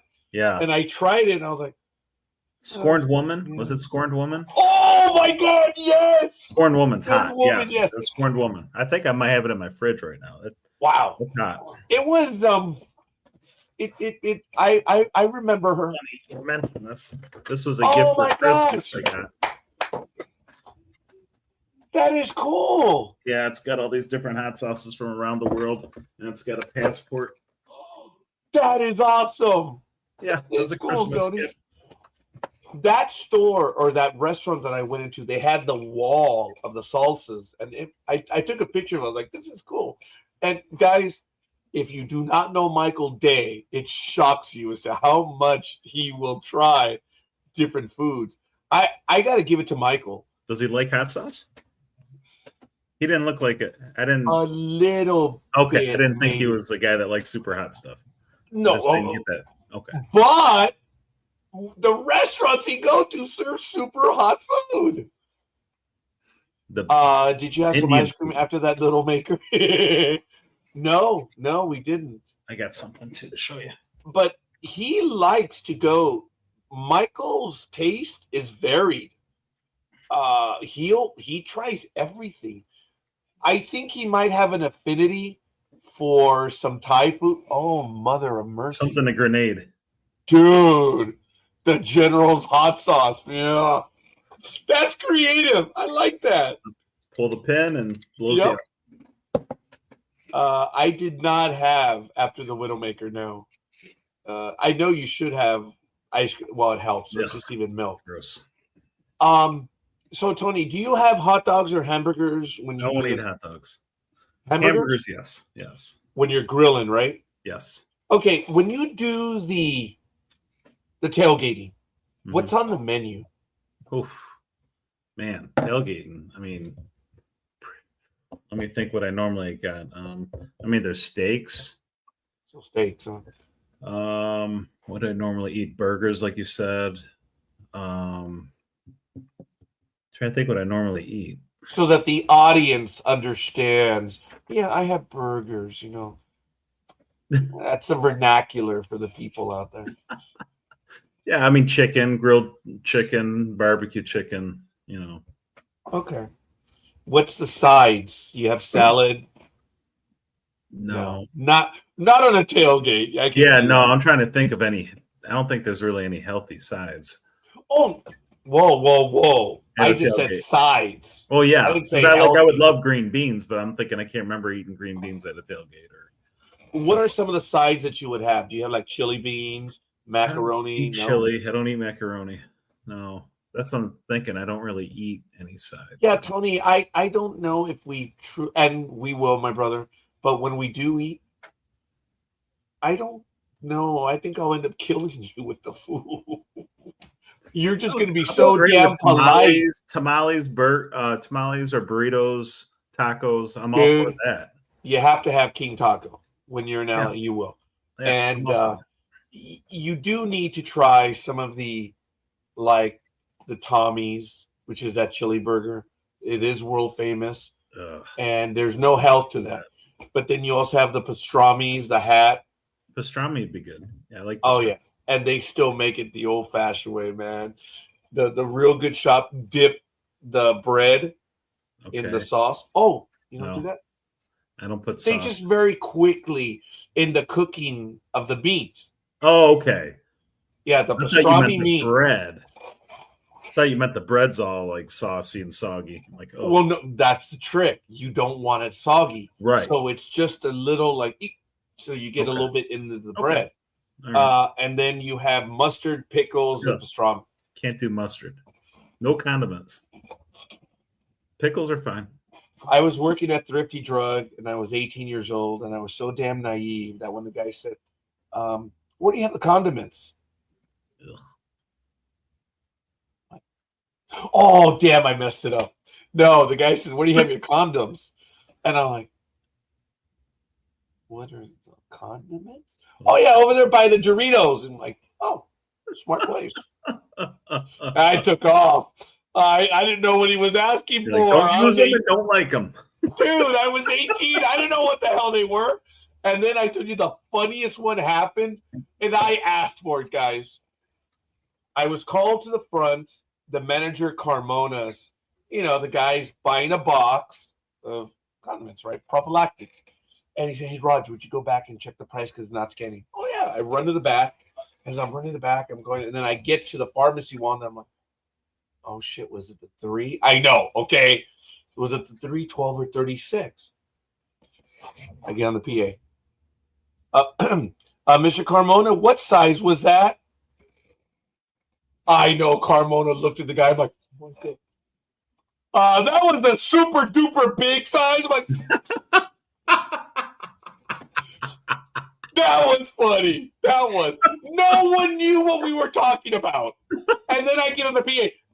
3, 12, or 36.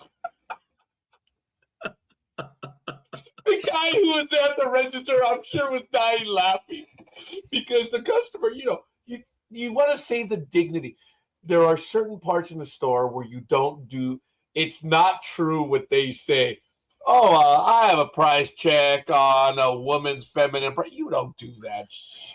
There are things you don't do, and the box boys or the younger ones, so they can run back and say, we never did that shit because we wouldn't want it done to us. Right. So it's funny in movies, and I'm sure it happened somewhere, but with us, we never did that.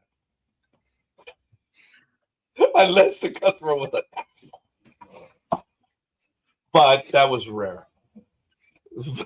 We were pretty stupid. But I look back and I laugh like, Carmona, dude, you knew what I meant. I never forgot that. So I always made sure when they asked me to make sure what it was and what the size, 3, 12, or 30. I remember a guy came up, and I still didn't really. I had a rough idea what they were. I think I was 19, and we had the wall of prophylactics. And then, which would you like? Well, what do you recommend?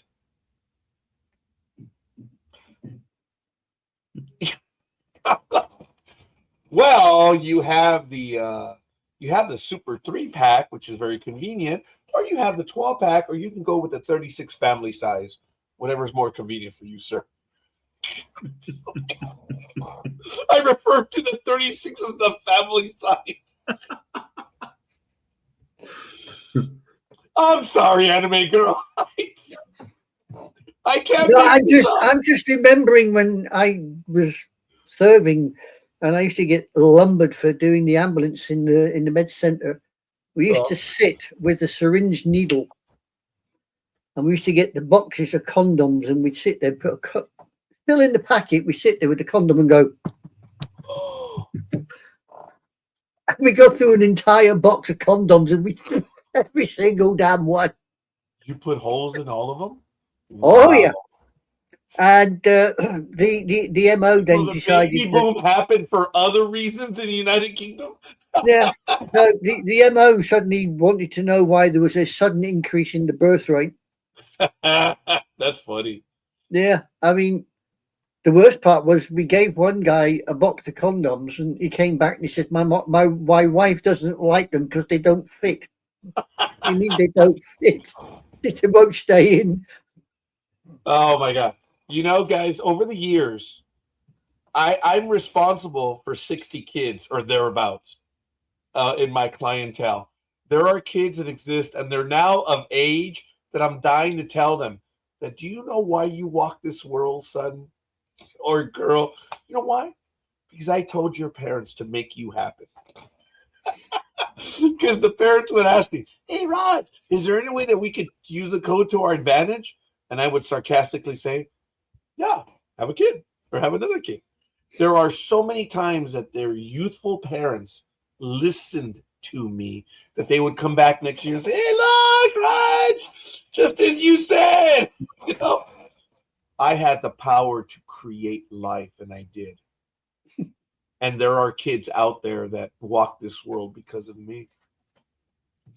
Yeah, there's guys out there going, I wish my wife had never listened to him. I'm going to kill him one day when I find him. That may be true. Yeah. But the first time it ever happened, they came, look, just as you said, Raj. Like, good job. But they're over the 39 years that I've been doing this. There are about 60 kids out there that I'm dying to tell them, don't give me lip that you're not getting a refund this year, you little shit. You're alive because of me, so shut the hell up. Oh my goodness. As a friend of mine used to say, when he's go out with his girlfriend, and his girlfriend used to say, but I don't want to get pregnant. So one day he got really upset. He says, well, do me a favor. He says, what's that? She said, shut your legs and open your mouth. Oh my God, that was funny. That's bad. Hey, let me say, this year, the client finally scheduled. It's going to happen on March 7th. I'm going to have 5 generations here. Only 4 are going to be filed, but I'm going to have the 5 generations here. That crazy? This is crazy. I think I'm still probably 17 years off from the 5th generation, but there's a chance. I'm probably not, no. Oh, okay, all right. Yeah, all right. I didn't think that one through. But in effect, I am filing because the 4 of them are going to be here, and the 4th one is including the 5th baby, the newest member to the family. That is so cool, man. In one day, I'm going to be filing 4 returns for 5 generations. That's crazy. Yeah. Yeah. That's yeah, a real yeah. When you roll, when you look at some person and you think, I remember when you were that size. There's some hairy ass football player now, and you think, Jesus, ages, it's been that long. You know what? I have seen little kids that were like this, and they're football players now. Yeah, okay. Mm-hmm. It is kind of cool. Yeah. I remember moving into this block, and the person upstairs had 3 daughters. Every one of those daughters now is married and got kids, and I'm thinking, wow. Damn, was it that long ago? Yeah. Yeah. I look at when people says to me about music, and I'm thinking of music. 70s and 80s music for me was yesterday, and they're going, nah, you're 30, 40 years ago, 50 years ago, and they're going, really? Oh yeah. Yeah, that's crazy. Yeah. And speaking of crazy, I finally found it. I apologize. This happened yesterday. I'm going to share it with those in the private chat. I didn't remember his name a moment. Oh, it's not the link, though, and I apologize. But Yasiel Puig has been found guilty of obstruction, lying to officials. I try to get the link over to you, but since it's on the Microsoft one, it converts it to the title, but it doesn't bring us the hyperlink. So I apologize. A jury has found former Major League outfielder Yasiel Puig guilty of obstruction of justice and lying to federal officials. In an illegal gambling operation. The verdict came after a multi-week trial that featured testimony from Major League Baseball officials and Donnie Kadakawa, a Hawaii baseball coach whom Puig placed bets through. Puig now faces up to 20 years in federal prison and is scheduled to be sentenced May 26th. This is at ESPN.com, folks. Puig's attorney, Carrie Curtis Axel, said the government failed to prove key elements of its case and that she plans to raise post-trial motions. Sure, go ahead. Good luck. We look forward to clearing Yasiel's name. Puig, who's 35, initially pled guilty. Wait a minute. He pled guilty, but the government didn't prove it's. Oh, the math doesn't math. He initially pled guilty to a felony charge of lying to federal agents investigating an illegal gambling operation. He acknowledged in an August 2022 plea agreement that he racked up more than $280,000 in losses over a few months in 2019 while wagering on tennis, football, and basketball games through a third party who worked for an illegal gambling operation run by Wayne Nix, a former minor league baseball player. Nix pleaded guilty in 2022 to conspiracy to operate an illegal gambling business and subscribing to a false tax return.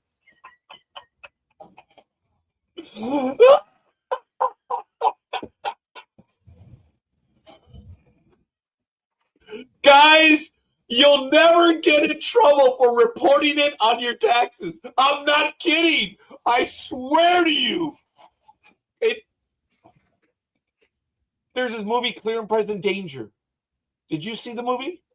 You did. Did you, Tony? No, with Harrison Ford? Yes. Yeah, it's not my kind of movie, but no, I know what you're talking about. No. There's a line in there that they said, man, this guy was money laundering for his cartel. While the economy was down, all of his stores were reporting record profits. No one cared. So the joke was he feared the IRS more than he feared the cartel guy. That was creative. So authorities said Puig placed at least 900 bets through Nix-controlled betting websites and through a man who worked for Nix. Wow. I want to clear my name, Puig said in a statement. I never should have agreed to plead guilty to a crime I did not commit. And the government argued that he intentionally misled the federal investigators.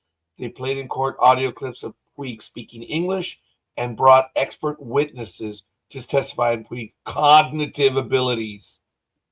Wow. He pled guilty. Mm-hmm. So how is it that the federal government did not prove its case? Well, how was he looking at 20 years in prison for pleading guilty? Usually they drop it down when you could, people murder people and get 5 to 10 years. So I It's just crazy. don't understand it. For gambling? Really? He initially pled guilty to a felony charge of lying and Lying about gambling. Yeah, how does that get 20 years? okay, I may have skipped over this, but he changed his tune months later, announcing that he was switching his plea to not guilty because of significant new evidence. Okay, hold on a minute. You got me. Right. Okay, nolo contendere. I'll take this deal and plead guilty.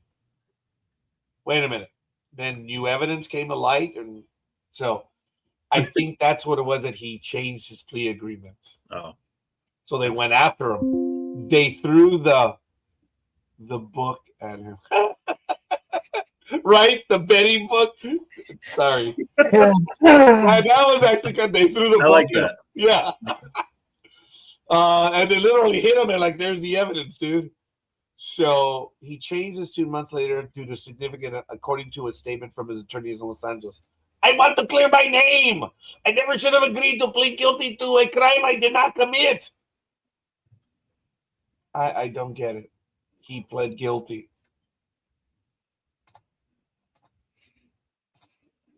I suppose, as you say, it's probably because he changed his plea, and they thought you started to muck about now, so no, we're going to nail you to the wall, and they did. Yeah, that's bad. So you know what? Whatever, Mr. Yasiel Puig. One of the most disgusting things I ever saw in my life was when he was with the Reds. Remember that, Tony? And he went to bat, and he got the bat, and he just he looked at that. Remember? No. I'm glad you didn't see it. No, I probably did. It's just my memory. No, maybe you blocked it out because I might have. Why was he? I don't even want to say it. Jesus. Oh, there it is. There it is.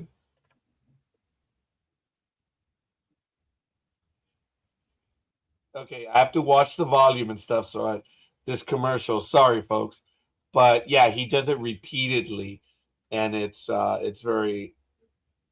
Oh, I'm sure the media asked him about it, right? I mean, what? I don't remember. Okay, here we go. Check this out.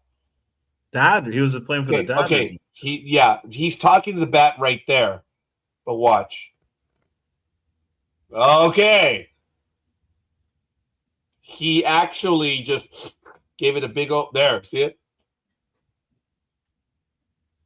What the heck? No, I never did see that. Okay, he did it with the Reds famously as well, but it was more of a snow cone with the Reds. Anyway, yeah, dude, I admit one time when I was at bat, I think I used to take a lot of pitches just because I did. And one time I was 0-2. And I remember getting the bat. I was like, want to help me out here? No one heard, but I remember, want to help me out here? I don't know what happened. I probably struck out or whatever.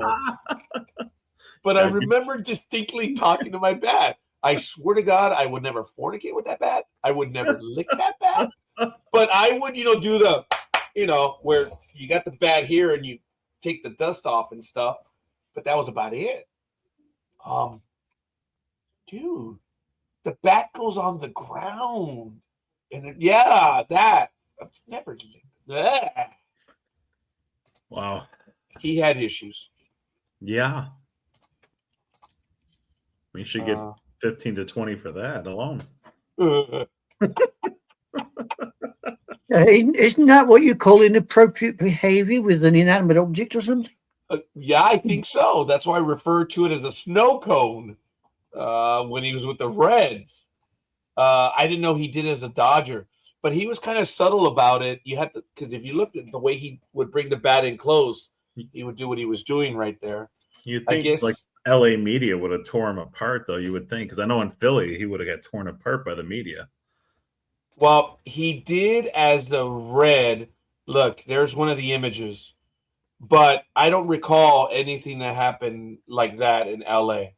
So there he did. Oh, it's pretty clear there. I really don't get it. I don't understand what the purpose is of licking your bat like that. But you're right, Anime Girl. It is. But you know what? He's facing 20 years. That's why he's got the 20 years. It's nothing to do with the crime he committed. It's inappropriate behavior with an inanimate object. Yeah, I agree. Yeah. Oh, boy. It's enough to make your stomach turn, that is. Right. It made my stomach turn. That's why I remembered it. How sad. Anyway, it is what it is. Yeah, I'll go with that. You're sad. Do you guys have anything else you guys want to go ahead and talk about today? No, it's been a slow week in sports. It is. Pitchers and catchers report this week, though, which is really kind of cool. Yeah, that's cool. Right after the football, which is neat. I'm looking forward to it. And I know my Major League Baseball renews on March 1st or thereabouts. I will be keeping MLB TV. My daughter watches it. I watch it. It's kind of cool. When we had Spectrum, we had Dodgers and Angels every game. And then we also had MLB TV. But guys, just basic cable and internet was costing us almost $300 a month. Yeah, I got rid of cable like a year or two ago because it's just crazy. We did the same thing, Tony. We have internet. Yeah. But now we're getting screwed with all the streaming services that I'm having to cut stuff out as well. Yeah. Yeah. So I do have baseball. I do have the football one. And I have HBO, Paramount, and Disney for the time being. I may work one in and out depending on. I think I'm going to get Hulu because of Disney. So we'll see. No, the only TV channel I watch on internet is NHK. Which one do you want? NHK? You watch all Nippon NHK television? Yeah, I watch the sumo wrestling on NHK. You watch sumo wrestling? Yeah. No way. I would not Really? watch that because that would remind me of two fat ass engineers duking it out as to who's going to go to lunch first. Well, can be, but I mean the Ukrainian guy that won on the last dojo, he was cool. He really went with it. And I will tell you, you've met Jay. He is an athletic specimen. He would never be anywhere near the image that I saw. But I swear to you, folks, I've seen them jostle for position trying to get through the doors. It's perfect sumo wrestlers fighting to get out of the building with the Olympic fanfare in the background. Until you've seen that image, you have not been marked. I sadly have. Only sumo I watched was on the movie Goldmember. That was enough. Oh, pretty good. So, how often there are sumo leagues in Japan, right, Anime Girl? There are different tiers of sumo. There are different tiers, and each wrestler will go through, each tier. So they stick, a Yokozuna will, is near the top, if not the top. A Yokozuna, they're cool. They are cool. Wow.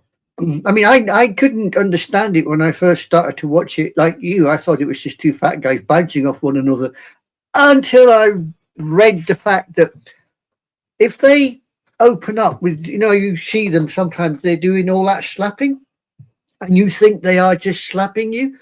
No, they reckon that if you as a normal person were to enter that ring and get slapped the way that they are slapping one another, you'd be out for the count after two. They would knock you right out because there is that much power behind those ways of slapping them. They are really, it's unbelievable. And for the size that they are, I mean, it used to be just the Japanese. Now you've got Fijians and all sorts doing it, And as I said, the one that won the last competition he come from Ukraine. Thank you. You reminded me of my sad 33 years looking at engineers. I could take the proverbial out of you with some of the sports that you come back with, but I don't. I respect you, and when I mention a sport that I enjoy, along with watching the effing Cowboys. I mean, and what do? You derogatory comments, and I'm most upset and offended now, British scorekeeper. I'm sorry if you've upset and offended me. You're nothing more than a bald-headed old colonial, and I've had enough. I just got word this morning that my business has just been included in the financial 1,000 of America. Our economy's. It's also in the FBI top 10 for the most wanted, but hey, who knows? No, IRS.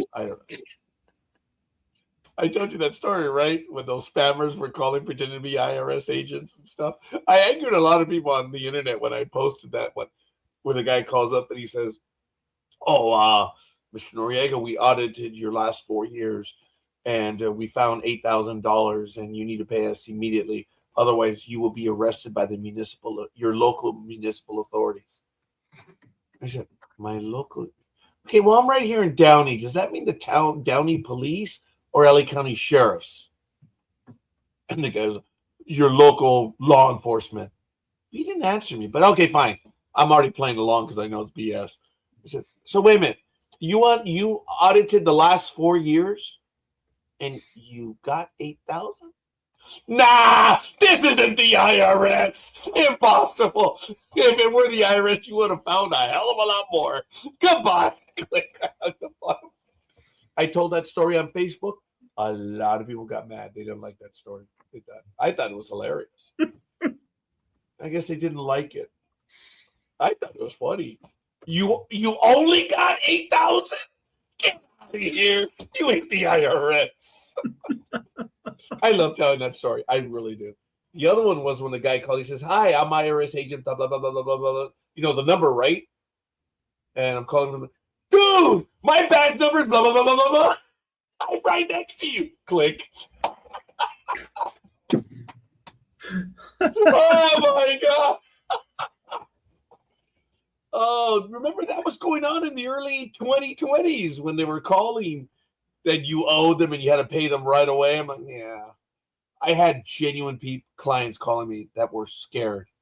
It's like, dude, the IRS is starting. They never call. And 2 months ago, hi, this is Roger. Hi, I'm calling from IRS compliance in Ohio. You submitted an application for a non-business app, and we're trying to get it resolved. Holy shit, they do call. It was real.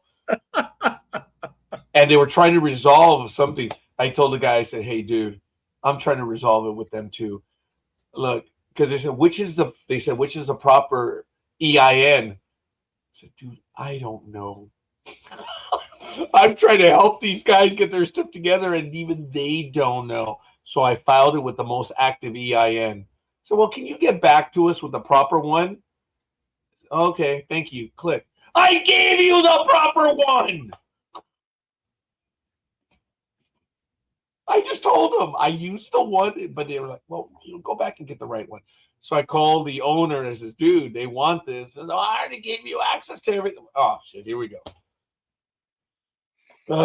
That's the stuff I deal with, which is funny.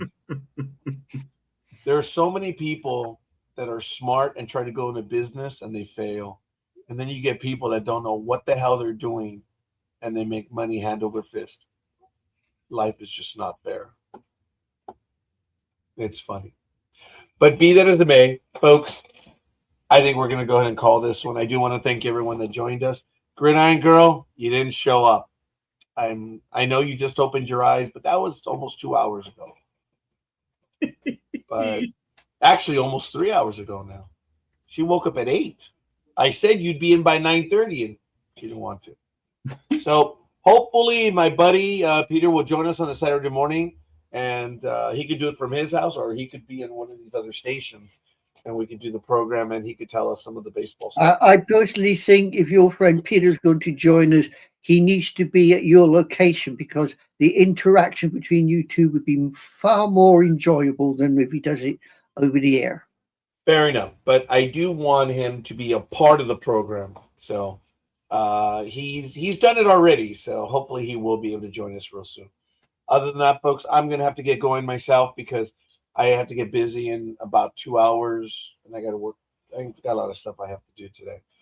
But I do want to thank Tony, Anime Girl, of course, the Big Dog, Peter, Gridiron Girl in the chat room as well, and everyone who I got to fix that. I see movement in my outbox, and then I see the little email thing, and I feel it on my phone. Ugh. So I feel it here, and I look up. That's why I have my third monitor. I told you guys about that, right? Mm-hmm. Yeah. Yeah. I'm really happy. I really do like it. But I got to fix the setup. But it's going to happen. So I do my business here, the input, whatever. To my left, I have the reference docs. And up here, I have Outlook and Excel. And I can search for things. It really works. So I'm kind of happy with that. But one of my favorite clients just booked. Oh, I'm sorry. I mean, all of them are. No, actually, they're not. No. I have some that, for the love of God. Oh, I have the worst client in the world. Shittiest client. Shows up early, always prepared, pays extra, and he leaves. Why is he the worst client that I've ever had? Holy shit. The worst client because everything I say, he has to repeat it 2 or 3 times. I cannot do anything because he has to repeat it. And I'm like, dude, even I, who am a narcissist, can get tired of this shit. Repeats every damn thing. I said, dude, get out of your mama's basement. Maybe it's because you're near the mountains there. I'd start calling them echo. Do you hear that echo? God, yeah. Oh, that very same person. They just texted me. Thank God they're not watching. I was gonna say. Yeah, How do you know they're not? because the text was not related to that. So Well, it doesn't mean they're not watching. she has the life. She's an educator. She has family. So I know that she's busy. Not that we don't have lives here. No, this is what we do on Saturday morning. I meant she has other things to do. I'm done. I love you guys. Anyway, we're good.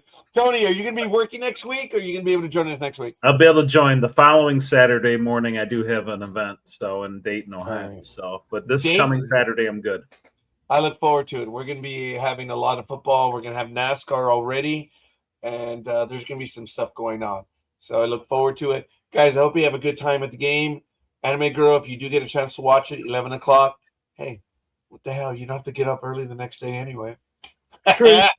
just to keep you informed, the Six Nations game, rugby, between England and Wales, at this precise moment, England is winning 36-0. Whoa. Oh, yeah, in any world, right, Tony? They're wailing them.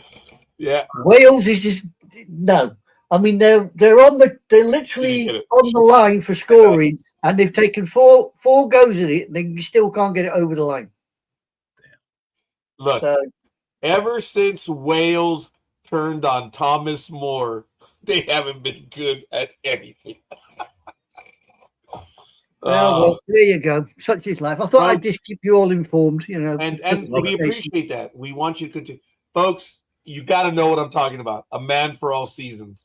It is one of the best biblical slaps ever about Wales. And I'll share that story next week. It is funny. It is beautiful. And Sonia says, Toodles, go see how. Oh, Tony! She's on our side. So Big Dog and Anime Girl went for the Cheatriots. And we went for the Mariners. Kind of cool. Yeah, but as I said, I still don't reckon it's going to be a high scoring game. It's going to come down to what I call this particular season has been one of these games where it's 1 point. Okay. And it's done on a turnover type looking thing. And I think that's what this is going to come down to, the same sort of thing, especially between these two teams. I don't know if you recall, Anime Girl, but in the 80s and early 90s, all we had were blowouts. Remember, Tony? Mm-hmm. We had a great blowout last year, too. Oh, actually. All right. Well, yeah, but for the most part, games have been good. If they're tight, I think the fans prefer. They want it tight or they want a high scoring, but they don't want to blow up because you do get bored for the big game. If it's a blowout, it sucks. Yeah, I with these two particular teams, I mean, I'm going for the Patriots, but you and Tony are probably right with the Sea Hags, but I think it's going to be tight with these two. You're polite. Tony just said that he would probably go with the underdog, but he wants the new flavor or something like that. Did I paraphrase you correctly? And I think I was kind of going with that as well. I don't know if we did too much evaluation on this game. Listen, the Cowboys have been wishing for a new flavor for years. We still ain't got it, so don't worry about it. 29. Don't hold your breath. Well, the Raiders spent the wrong money on the wrong player at the wrong time. Yeah, listen, it's not just the wrong player. It's till we can get rid of a certain JJ. And then somebody take that boy out and sort of, take him into the middle of the Sahara Desert and stand him in a barrel, say pee in the corner, and you can't come out until you do. All he has to do is get a football guy to run his operation. George Steinbrenner learned that, and what happened? The Yankees started winning. But the thing is, he's got this dream that he knows football. Oh yeah, he does. He knows football like I know game baseball, which is zero. Oh well, okay. Well, okay, that's fair. I'm not prepared to say no to that because look, he bet the family fortune less than $100 million in the Cowboys. Now that man is a billionaire several times over. At the expense of the damn team. Tony, would you agree with me or disagree with me on this? I think he is trying to build a team, whether he's wrong or not. He is spending money to put a team on there. I believe he is trying. I don't think he is screwing the fan base. Okay, forget it. Intentionally. Intentionally. I like the way he said that. Intentionally. I think he took the words. I believe he's trying to win. He's trying. I'll give you that. But you are what you eat, and he says he eats squirrel brains, so that says it all. Oh yeah, they eat squirrel brains. Yeah. Oh yeah. Okay. See, told you the guy's nuts. The guy is nuts. Squirrel brains. He's nuts. Very good. Okay, Tony. He's just the man that needs to step back. I'm a tad hurt and disappointed that you did not share this with me. Yeah, come on. You need somebody like That's another Landry reason why I in hate there. the guy. My poor squirrels. No, you need somebody like Landry in there to kick butt and make them win. It ain't gonna happen. Yeah, you could find the interview where Jerry Jones admits to eating squirrel brains. I'm not gonna go there. I think it was like a year I ago. believe you. I believe you. Yeah. Wow. Anyway, we're Ladies and stopping. gentlemen, we do not eat squirrel brains here. We are Sports Talk with the Guys. No, we're nuts without squirrel brains. I was going to say we do pretty much everything but thank you. We'll see you guys on the other side. I got to go. Adios, amigos. See you Enjoy the guys game. next week. We'll be on later on tonight and then, of course, on Monday night, but enjoy the game. I hope everyone has a good time. I'm just hoping the game is good, and there's a lot of forms to that. So, Tony, do you think it's going to be tight? Because we've got anime. What do you think? I think Seahags will pull away at the end. I expect them to win by 10 or more. Ooh, okay. Ooh, okay. What about you?